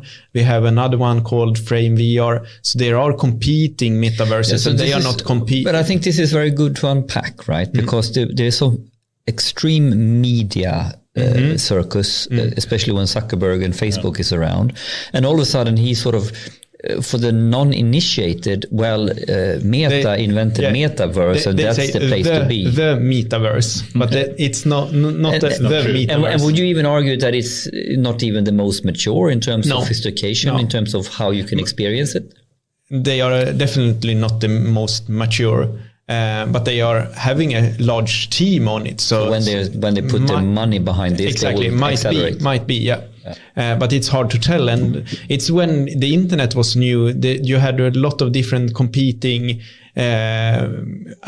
agencies working. But I think this is the scary part, because internet to me is open source first, and no one can really own the internet, or no one can sort of, I don't know how you, for me it becomes really strange when one company is trying to dominate what, the space. Do you see? I see that as, on the internet you have a lot of companies doing web pages, they are selling web pages. They are not, no one is owning internet, but you have content providers to the internet. And you can say the same here. You have Microsoft as a content provider, or Facebook as a content provider, maybe. But you do have, huge. Yeah, you do, I guess. Tech giants. Yes, I just realized what I said was not correct. Exactly. I just realized that. Especially in these days when some specific people are buying social media, and dominating with a few number of people and companies in extreme how internet works today. And what do you think about that? Do you think it's we take problematic? Elon Musk, What do you think about Elon Musk buying Twitter? He has good intentions, but I think it's hard to having open speech today, because you will get a lot of problems with racism and harassments and illegal content. So he has quite a hard job here to figure out where is the line, how hard should we moderate it or not. But I must jump in. I can't bite. I'm not biting my tongue. No. But because if I'm super cynical, if you're in a position where you want to buy Twitter, of course, your rhetoric, why you do it, needs to be exactly what he says. But is that how do we know? Is that the real objective, or is it the complete opposite? To basically be able to have a platform for his, let's go all the way. Malevolent intent. I don't know, but ultimately, you have the ability of a propaganda machine. Yeah, of course, but he has always been pro free speech, and he has always since the beginning talking about these values. So I think he has these values. Okay, so then I think the problem is this. It's become scary that who has the most money buys the propaganda machine. We are then in the hands of the ethics of the buyer.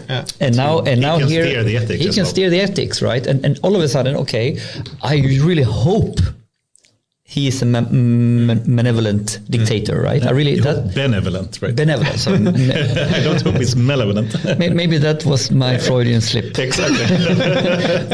You don't put words in my mouth. Good. Yeah. Okay. But that's the problem, right? I mean, we can only hope that he has the right intentions. Even before he bought it, it's people owning Twitter. So it's not like it's not a change. It's not a change in mechanics. In some sense, it's a change, because before it was a public trading company. They had to own to the stockholders and shareholders that they had. Now it's a single person that can literally decide, how it will evolve. Yeah, and it's another dimension in it. It's like, if you have an owner who only does this, that's one dynamics. If you have an owner who does this, but the real empire is over here, it's a different dynamic in ownership, potentially. I'm optimistic person. I hope this will be a change to the positive. But it's really up to him. It's dangerous that it's concentrating the power to even fewer people. And we have seen it, right? Jeff Bezos bought Washington Post. So good point. A lot of these rich people are buying media houses or media platforms. And why? Yeah, I mean, and here is a little bit like, I think we should see. I see Elon as, he has the right intentions. but at the same time, let's not be naive. That's what I'm saying. I mean, it's like democracy in general. Of course, I think we should fight for it. Certainly very important to me. But we know that democracy is not actually the perfect way to optimize a society. It's just the best way that we know that we have. And now it's actually turning the other way in terms of how social media is controlled. It's not going potentially. But of course, Elon Musk is arguing the opposite, saying, by providing open speech and free speech, it's actually improving democracy. So I choose to believe that's the case. It's a bit concerning that, power is concentrated to the few. Yeah. The problem is how to do it differently. Because we get to the same problem we're talking about. Oh, we need a European cloud provider to compete with and it's the same, right? There needs to be someone stepping up for free speech, or should you do it state, government owned free speech, as a platform? I don't know if that's any better. But you have this direct democracy or like that thing, and you can vote in every question, or you can have someone voting for you. Like in Switzerland, almost at least. Yeah. Cool. Let's move to another topic if we can. And more companies. Use more. Is it those two are the two main companies? I have 5. So actually I have mentioned 3. Fredrik Löfgren is for the lectures. So that was the one I was invited. As around the corner is the metaverse company, Dyno Robotics robot company. I have also a company called Safe Reaction. We are doing sound analysis, AI for identification after a crime. We can see if someone has broken a glass window, or if someone is firing a gun. So identifying different kind of events. We have an after work talk here coming up. Yes. Say no more. Cool. So that's Safe Reaction. And then I also... So basically, how would you describe, what are they trying to do? Identifying events, preventing crimes, or identifying when it have happened a crime, we can send alarm to the security guards or the police. And we can also, using this AI, identify if we have a bicycle that has a special noise, we can have the fingerprint of that noise, and we can see the bike in a new part of the city.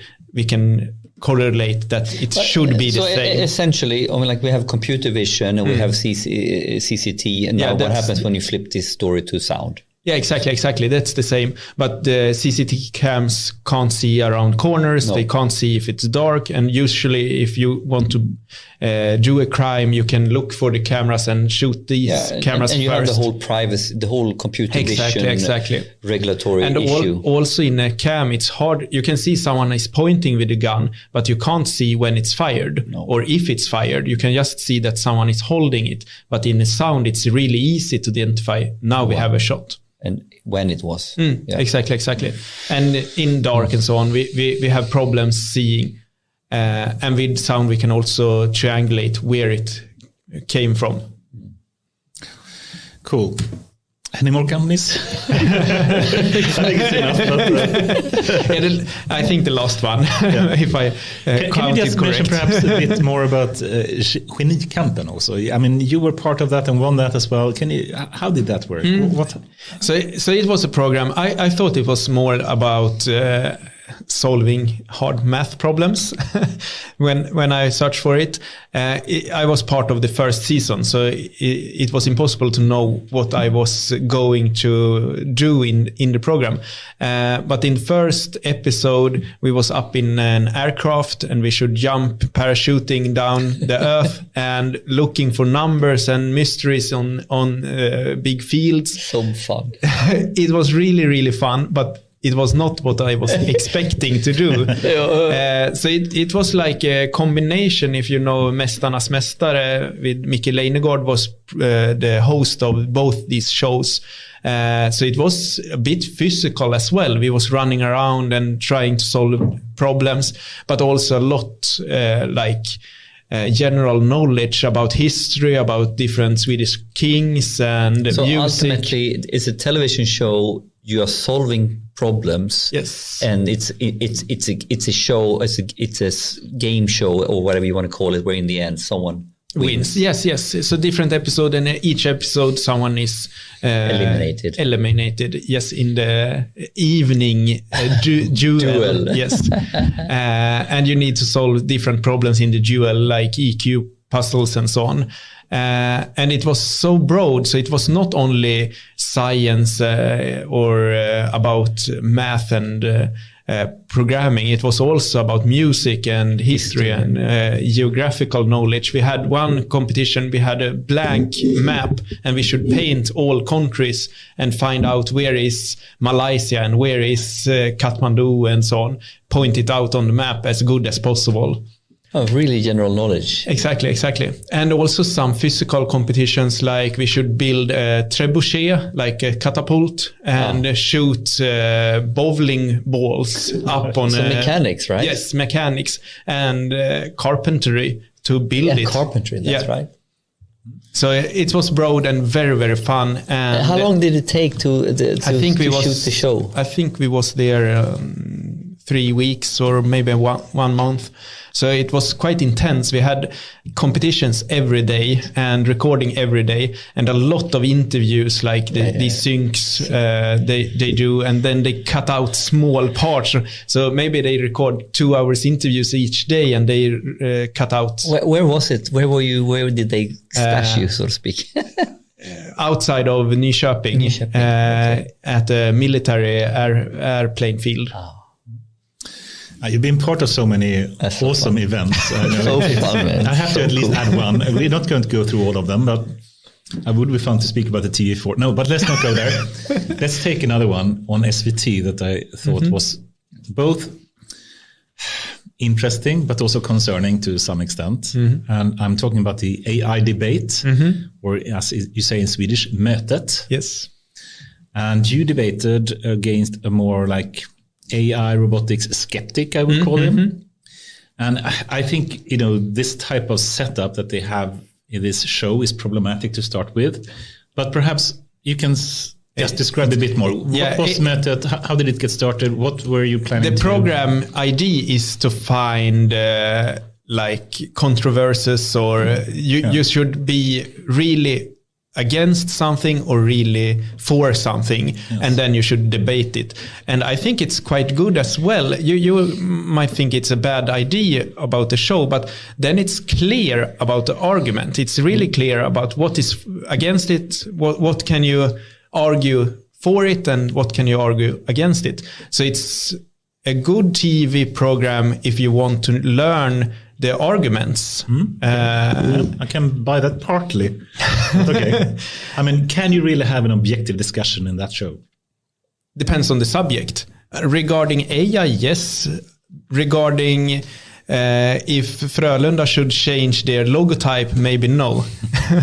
But what's your concern on this here? I can get into that, but perhaps we should just describe a bit more what happened at that point. I was there, and we was firstly filming some background. I was in my lab working with robots. My opponent, if I am allowed to say so, was out in the forest doing meditation. So there we started the contrast. They start building the contrast. Exactly. They're positioning you. Between the natural human in the forest and the nerd in the lab. They really pigeonhole you both, of course. Exactly. And then we met for the first time with the cams on. So we haven't had any time talking before. We even didn't know each other beforehand, and we met with the cameras on, and we started to discuss. And the TV was also like, we don't have any moderator or host of the show, so it's only me and him talking back and forth. And then but you have a manuscript or something, or not really, but we had some questions. We wrote questions for each other beforehand. So I wrote some questions for him, and he wrote questions for me, or quotations. Maybe you have said this, what do you think about it, or why did you say this? So it's a lot of quotation they have found online and so on that I have said. Like, for example, I have in one of my lectures said we might have a prime minister that is a robot in the future. And then he was shaking his head and saying that this is impossible and it's bad and we should never ever have a politician that is a robot. And then I need to argue, yes, maybe we can have it because it will not be any what do you say, mutor? Bribes and you can't influence them. Exactly.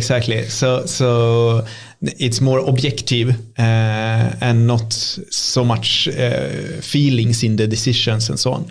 And we continue like this back and forth, and he was more and more upset, and he was always restating himself, or you are a behaviorist, you are just judging the robots from their behaviors and so on. And in the end, he was more screaming like, you are a fascist and you should not. It was absurd.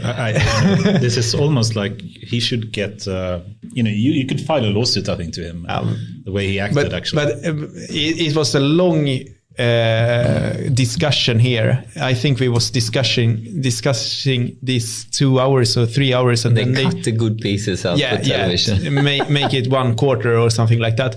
But the reason he said so was that I said that robots can be smarter than humans. Robots can out-intelligence humans, and that was fascism, because you shouldn't say that someone is smarter than someone else.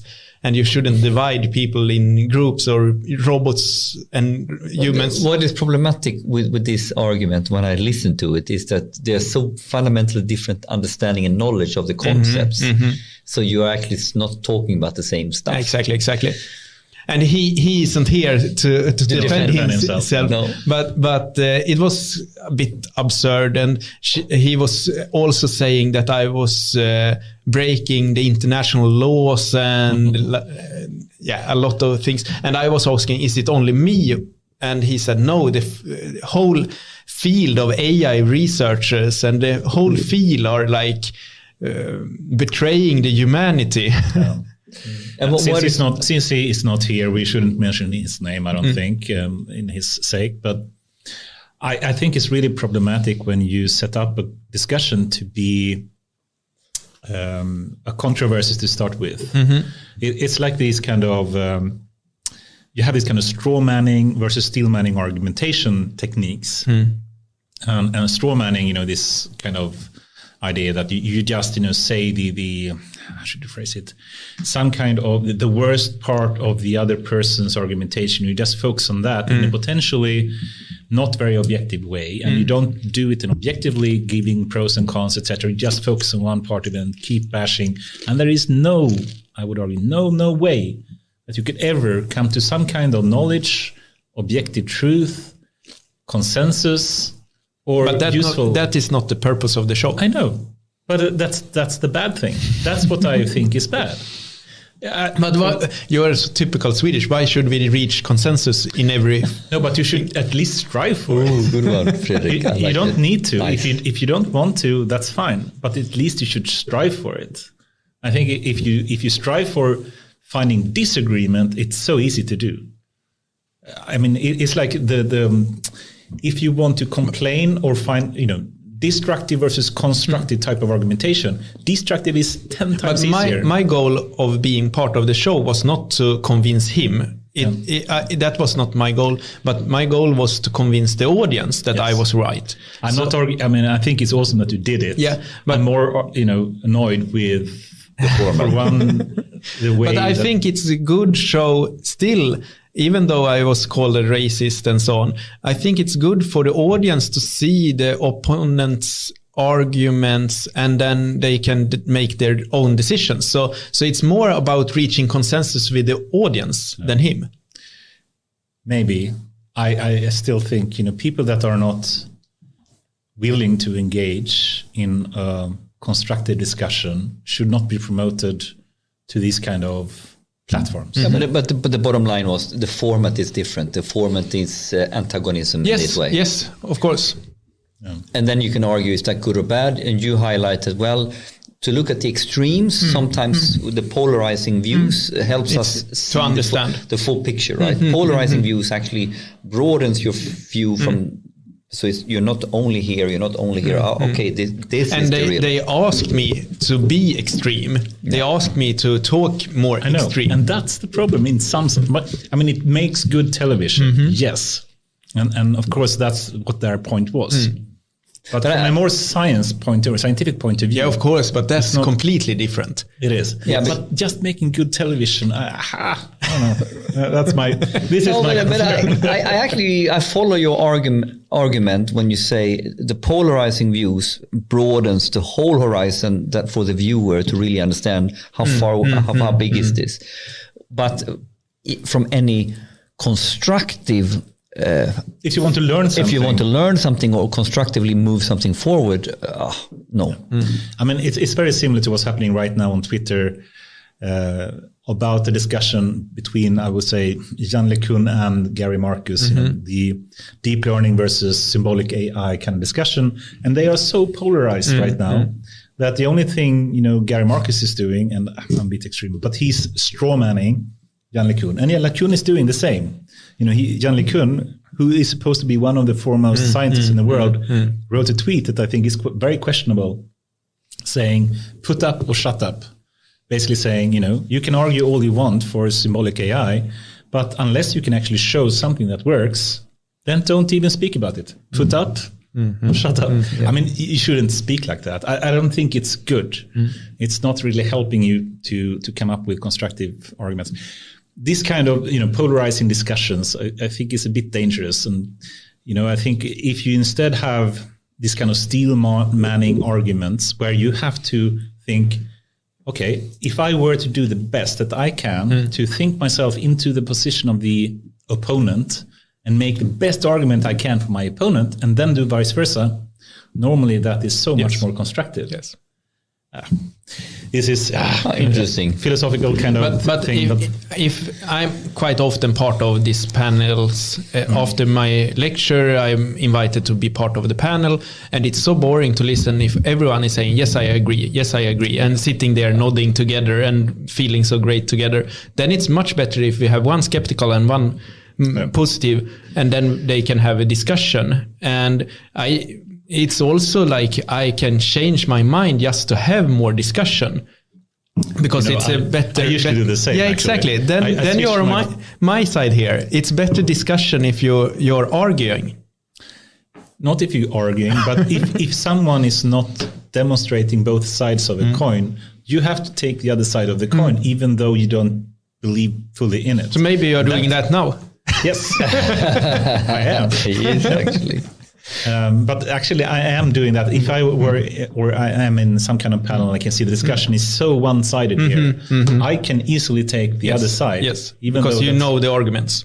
Yeah, but also because of discussion. Because I don't think the discussion is going well, as you said, because it's just everyone is agreeing. So then you are on my side that we should have polarized discussions. No, we should have objective discussion. I do not agree.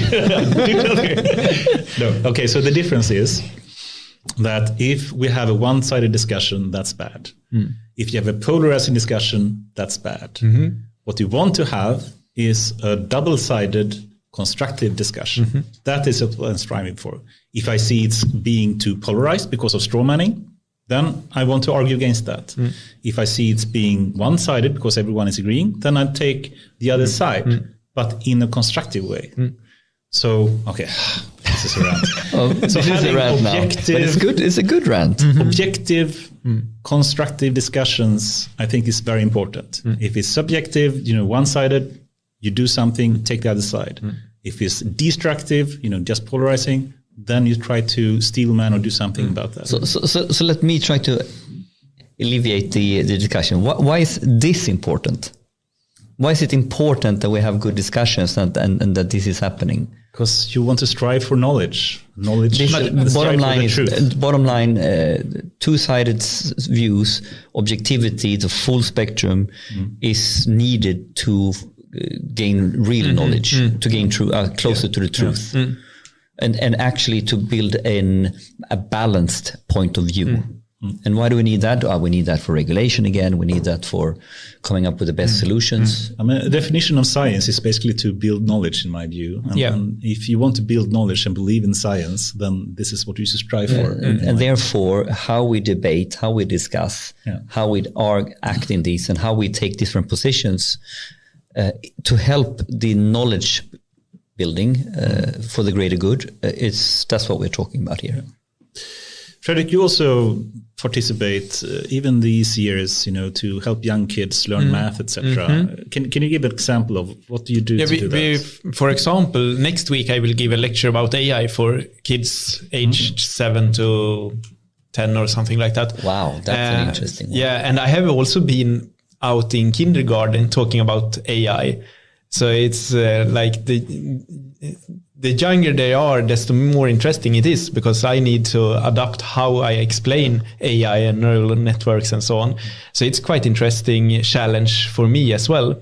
But I think it's important because I was there when I was young. I have no one to ask about math or programming. My parents didn't know about programming. So I was searching alone on Alta Vista or something like that, trying to figure out it myself. Or Alta Vista, you were like 7 years old then? Yes. And I had internet on Fridays evenings, trying to figure out C++. But how important is it that we have these role models for we can talk about children, we can talk about I think it's important, girls and boys and all that. I think more important is that the children have someone to ask about these topics. Role models are of course very important. I think especially for girls, because we need more girls into technical field, IT field, and then role models are important. Me as a boy, I can find my role models already, but I need to have someone to ask my questions about black holes, about the universe, about math, integration and so on. But let me, and why do we want to raise curiosity, or asking question, have someone to ask? I think it has a connection to curiosity. Curiosity leads down to people expanding their minds of what they could do or what they're passionate about, and they can solve new problems and see the world in new ways and figure out new solutions on the climate crisis, on the AI problems and so on. So that's something that we want to evolve the humanity. We want to be the next generation should be more clever and more gain more knowledge than our generation. And are we better at this in 2022? I think so. Yes, I think we are getting better and better on that. And also with the internet and YouTube and tutorials and so on, you can learn much easier today than 20 years ago. That is. So that's evolving. But I also argue I look at my children. So I fully agree with you. The information is there. It has never been easier to learn.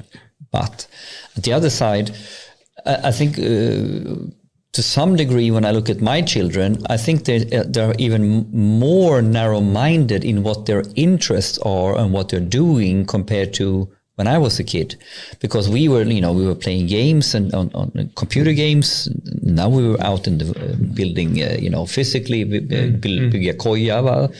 So I see the children is in one way they have all the opportunities to learn and do all these things, but at the same time I see they're getting more and more iPadified or whatever we want to call it. I love it. You see what I mean? So I understand. This is the craziness of it all. And then I think these camps I organize are great, because there they can get hands on an Arduino or robots or whatever, and they try it. And if they are trying, like doing a robot, they might get more interested in that and then continue on in their free time. So I think if I have never been a gamer. I have never found interest in playing games. I think it's much more interesting to do games than play games.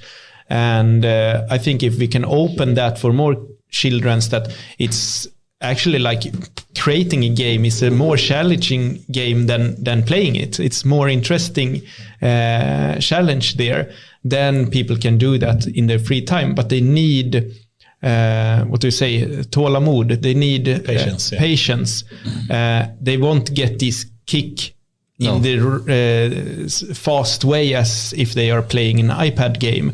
But the kick will be so much bigger when they succeed. Yeah. So they need patience to get these big kicks to get the stimuli to continue on there. I guess the question, and this trying to move into your question that you added in the beginning as well. So I'm trying to move into that and connecting the dots here. So in short, I'm very similar to you. I think it's so fun to simply build stuff, to engineer stuff, to have something that actually works. And the kick you get out of that is so extreme. And I guess in short, what you want to do is promote innovation in some way. And if you start to do that early on, as you're helping very well, to just build interest in math and engineering and tech, that is building up the preconditions, so to speak, for people to be truly innovative when they wake up. You need to expose people to the innovation and what this is all about in order for them to sow a seed. Exactly. But continue. So, and the question basically is, I guess you're very pro to having a higher degree of innovation coming up in the future generations that we see. I hope so, yeah.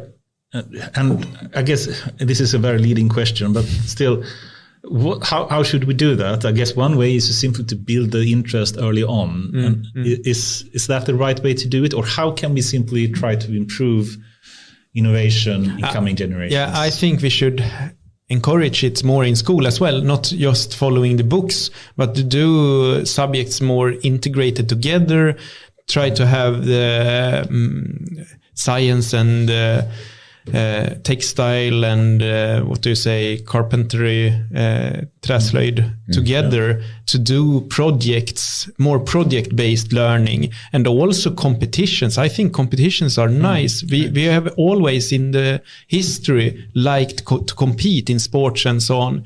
I think we can have competitions there exist competitions like we have in Sweden Innovate and we have Blixtlåset and different competitions. UF is also Ung Företagsamhet.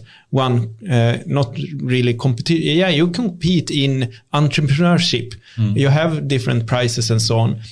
To have these as fundamentals in the school, I think is important. But Sweden are also already today quite good in innovation with the school system and so on. We are lacking behind in math and science and so on. But innovation, we are quite okay.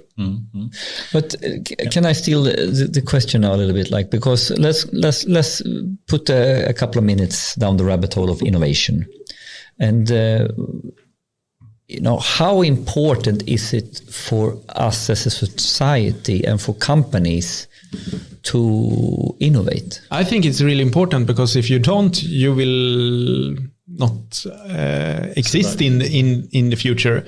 So, and also we see that the majority of the employees in Sweden works in SMEs, small companies, middle-sized companies, not in Volvo, not in IKEA. So we need these small companies, and they are usually, of course, you have some pizzerias and so on, but they are usually based on one form of innovation. So there we need to be strong, to have the labor market in Sweden. And especially when robots are taking more and more of our works and jobs and so on, we need more innovation to find new positions. And let me continue. So we need innovation in order to create jobs. Create jobs and not become obsolete as a society. Now, do we all, how will we as a society, or most people, come in touch with innovation? And let me have an argument, and we can try it. I argue that the main thing for us as a society and is to one degree to innovate, yes, but I argue that with the technology advancements and all there is out there, we don't really have an innovation problem.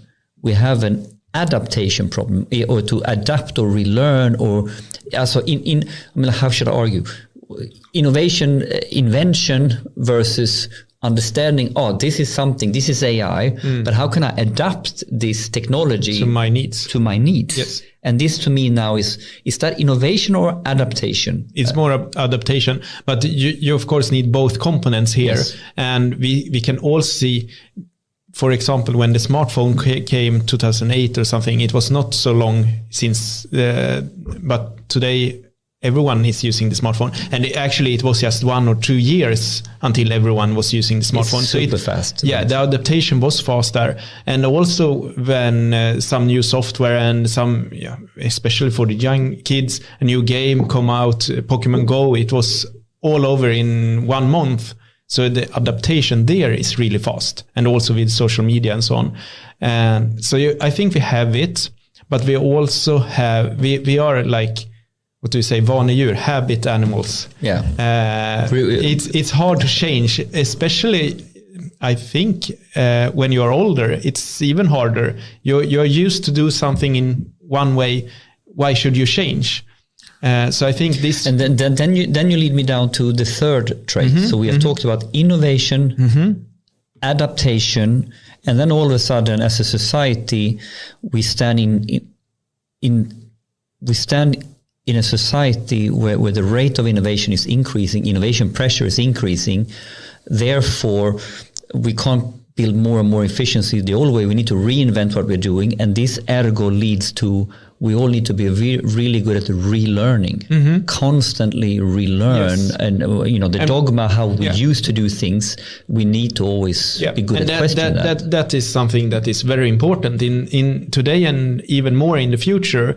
We are talking about changing like career path in the middle of your 40s or middle of your 50s or something like that. And that I think is very important, that you need to adapt your career, your knowledge. And maybe today we are going in school 20 years or 15 years, and then we work for 40 years. But in the future, I think we might go in school 10 years and then start work 10 years and then go back to school.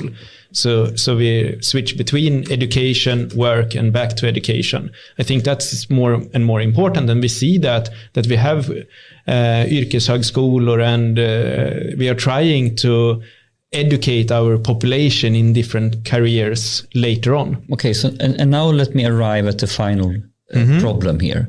So we have talked about we need to innovate, we need to adapt, and ultimately we as individual needs to relearn. Okay, and this is vital, right? Now, is it any different for our enterprises or organizations to be able to innovate, adapt, and relearn? No, the enterprises doesn't exist without employees. The humans are driving the employees as well. So if the humans are relearning, the enterprise will relearn. Yeah. And it's not like a magical enterprise, like it's not an animal. It's the humans that are like the boss and the hierarchy and so on. I disagree. I think the organism of an enterprise lives according to some sort of ideology, of how do we run companies, economics, macroeconomics, supply and demand, economies of scale. But it's still people. But it's constructs of that was formed 70 years ago that is driving efficiency and cost reduction and a view of what is the way to organize, when it's a completely different way of organizing if learning and relearning and we are focusing on perfecting a stable process. That's what we're good at. And now we need to be good at changing or reinventing process. But we see like big companies, every time I call, I won't say any name here, but every time I call a big company, they are saying, oh, please, we are reorganizing our structure now. We are quite busy in this restructure of the organization. We can talk next month or next year or something. Every year they are reorganizing the company. I think Spotify was like 3 times a year. So it's like you say, we are perfecting the organization and it's stable there, but they are trying new types of hierarchies. But are they changing ideology? I think they are not. I think most companies are not. I agree with both of you in some extent. It's easy to say that you are doing a reorganization, but in reality it's just on the surface. It's not really changing the direction of the company. If you make a big change, this is an example of what Spotify did in 2011, for example. They went from being desktop first to a more of a mobile first company because they realize that mobile phones is actually what they use primarily as a device. But then it's more about changing business model. In one part of it, and that's one big part of it, they have to change the business model, but they also have to change their product. They have to change the organization, what type of groups they have and how they were organized internally. And in short, they have to change the whole company to make this big transition from one type of business model that they had to another. So these type of big transitions is very rare, I would argue, and really hard to company to do. Of course. But with innovation pressure increasing and now go nerdy on Ray Kurzweil's law on accelerating returns, I've been trying to really wrap my head around this, and this is a different ball game when you have an exponential. Yeah. We don't have a linear technology advancement. We have an exponential technology advancement. That's why we have that he says 2029 for. But I also think that new companies have other ways of structuring it, more agile ways of working instead of IBM or some old companies. And then maybe IBM can buy these innovative companies and try to learn from them, or these new companies will become bigger, like Facebook. I think the latter argument goes back to Google or someone. You always say that we are not afraid of the big competitive giants. The enterprises. We are afraid of the new ones that really they figure it out. And but what that really tells you. That argument tells you when you erect a structure, it's hard to change. It's very hard to change. Even impossible. Even impossible, maybe, right? And then it goes all the way down to, well, we have companies now that are beautiful, fantastic companies that was erected 100 years ago. So this is the challenge, right, of relearning, right? Yeah. Fundamentally, business model, how we reinvent every single process. Let me switch to a similar but different question. And I think one that you have been speaking about before, Fredrik, as well. And that's the future of the job market, especially as robots like Elsa get increasingly conscious, perhaps, or at least get increasingly useful, if we say that. It doesn't have to be conscious, I guess. What do you think will happen in the future job market in like 10 years? Do you think AI and robotics will change that in some ways, positive or negative?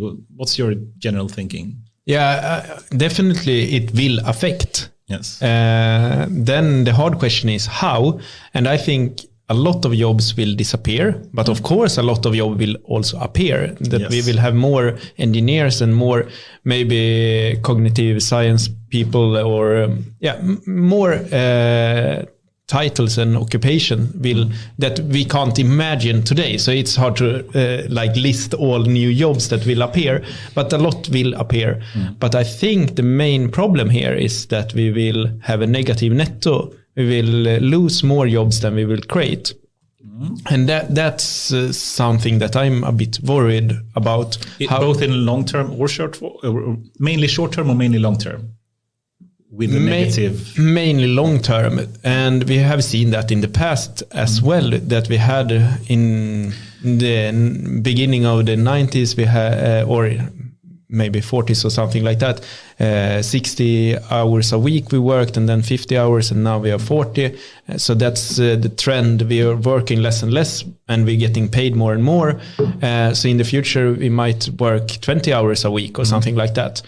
And then we can have the same salary, and we can be more with our family. We also, I think this can be good. Many people see and are afraid of losing jobs, but I think we are so stressful today, and we are apart from our family so much. So I think if we can work less with the same amount of payment, then it's good. But the problem is if a few people work and get the payment, and no one, other people is not part of the society. Part of the labor market. They are part of the society. But good, better framed. Thank you. Yes. Then we have more segregation and more problems, economical segregation, but also other problems in the society. So that's one big challenge I see.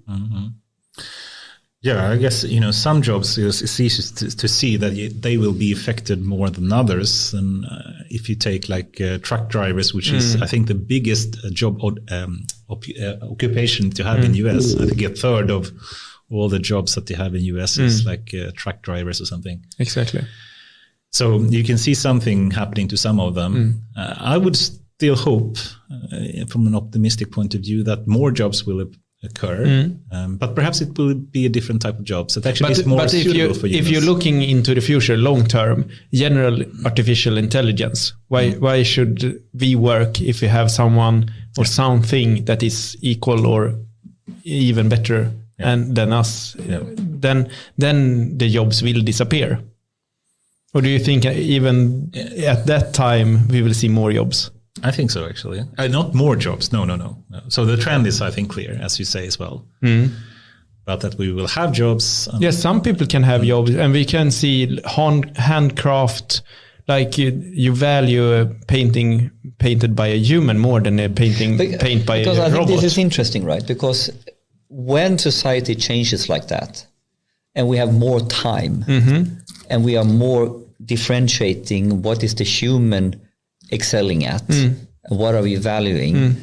I mean, like, I can fully embrace the trend of we want to have handcrafted things. Exactly. We want to have more music. And we want to have more culture. We can do music and culture for free because we will get paid by the robots. The robot will making the economy work so we can have food on the table. Yeah. So but then you can argue that I think somewhere in the way our ideology, in the way we work as humans, we want to feel useful. So we want to go to work. But you can feel useful if you are in the like NGO sector as well. No. So what I'm saying is that we will. That's what I'm a little bit thinking, that we as a species, we will create jobs. We will synthetically create jobs, even if it's just for pleasure, like culture or for music or humanities or whatever. So it depends on what you are saying about jobs. I think we will still have something to do. We will not sit in the sofa looking straight forward. That's my point. Yes. But we don't need to have this for getting a salary. Yeah. We can do it for fun. We can do music for fun. So if you are saying that is a job, then we will of course create jobs in the future. Occupation, or at least. Yeah, I think the notion of occupation and belonging to a discipline and all this. I think that is not. I think one way to phrase it is we have actually we have never had better social welfare than we have today. I mean, it is, if you do nothing, or you will still be able to survive. You will have roof on top of your head. You will get food, etc. That will just continue to increase in that sense, and that's a really good thing, right? I'm trying to end off here on a positive note. So in that sense, I think that kind of welfare will just continue to increase with the help of increased, taking advantage of technology, of data and AI, of robotics, etc.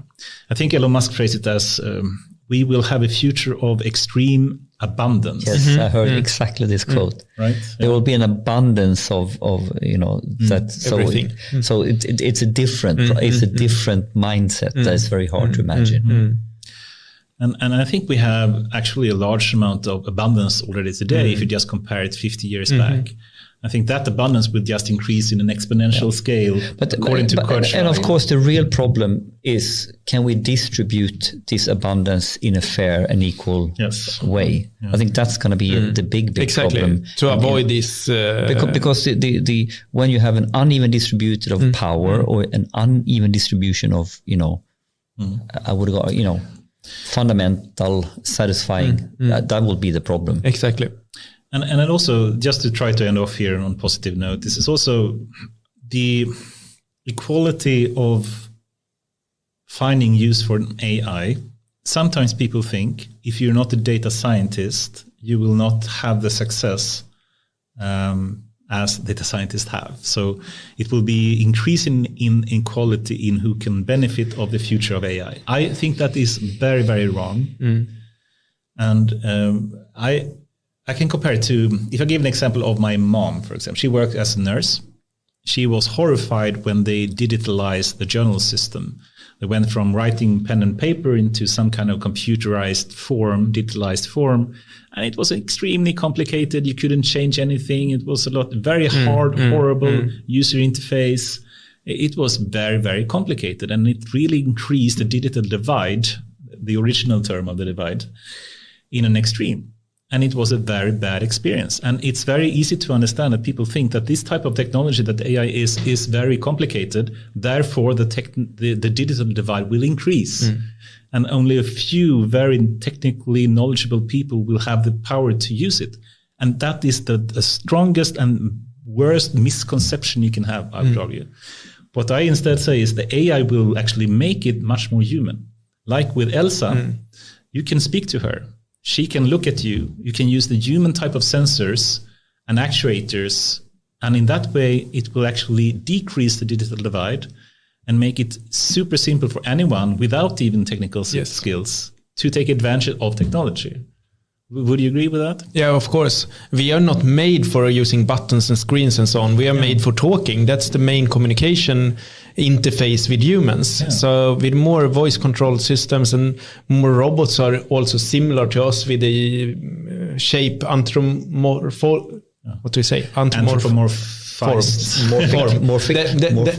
then it's more easy for us to communicate and interface with the technology. Just to take a car. I mean, the car of today works in some way. The car of the future will be you walk into it and you say, please take me there. Yeah, exactly. But much easier. But the misconception here is about how many will truly design AIs and program AIs, and how many will use AIs in all types of forms and shapes and jobs. So that we all need to be data scientists. Well, that would argue that we all should build AIs, and that's not the case. But you can train the system. You just like you raise children today, you can raise the AI to help you. And you will be able to do that even because that process has been AI-ified. Exactly. Yeah. Simplified or... So what do you think, Fredrik? Is the future in 10 plus years positive or negative? Positive, of course. I am very optimistic about the future, but we need to be aware of the problems to solve them. What will Elsa's children look like? How will they be able to behave in 10 years? I think they will be very smart and maybe do stuff that we think is boring, maybe cook the food in the weekdays. We can still do the cooking on Sundays for fun, but when we are stressed, we're coming home, we have children screaming they need food, then the robot have already prepared the food for us and help us with a lot of everyday problems. And it can also be like we have a dog, we need to walk the dog every day, but it's not so fun in the rainy autumn days, then the robot can go out and walk the dog. So I think that kind of technology we will have in 10 years. And how do you see the evolution of robots and even humanoid robots? Where will we see them first? I mean, like we have them in dangerous places, we have them in rescue. So how do you see the steps here? Now it's in dangerous places in the industry as well, manufacturing industry. We will see them in the future more and more in transportation sector. If we classify a car as a robot, which I do, and then we will see them in healthcare. We already see some AI diagnostic systems and so on. We see them in surgery already now, so more and more in healthcare. And then I think also in restaurants, having robots at McDonald's flipping burgers and so on instead of humans. That's actually not so far away. Exactly. And we can then have restaurants open all night and every day a week and so on. And also cheaper since we don't need to pay any salary for that.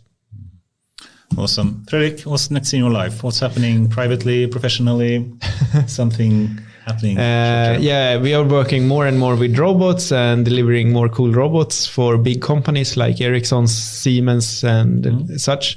Also, this metaverse is evolving more and more, and we are maybe taking in more venture capital. We don't have any venture capital now, but I'm looking for it this year. And for which company? For the metaverse company. I think there we need to speed up the development more. In the robotics sector, I more calm that we are in a good position for the rise in the next 10 years. But metaverse, the hype is now. We need to surf the hype. Yes. And also, I hope that my personal life will also, like having a family and so on, in the next maybe 5-10 years and so on. Yeah, sounds awesome. We had one question we never took, but we take it afterward. We need to talk. Well, I think we have 20. We have 20, but I thought we were going to do singularity on the show. Next time.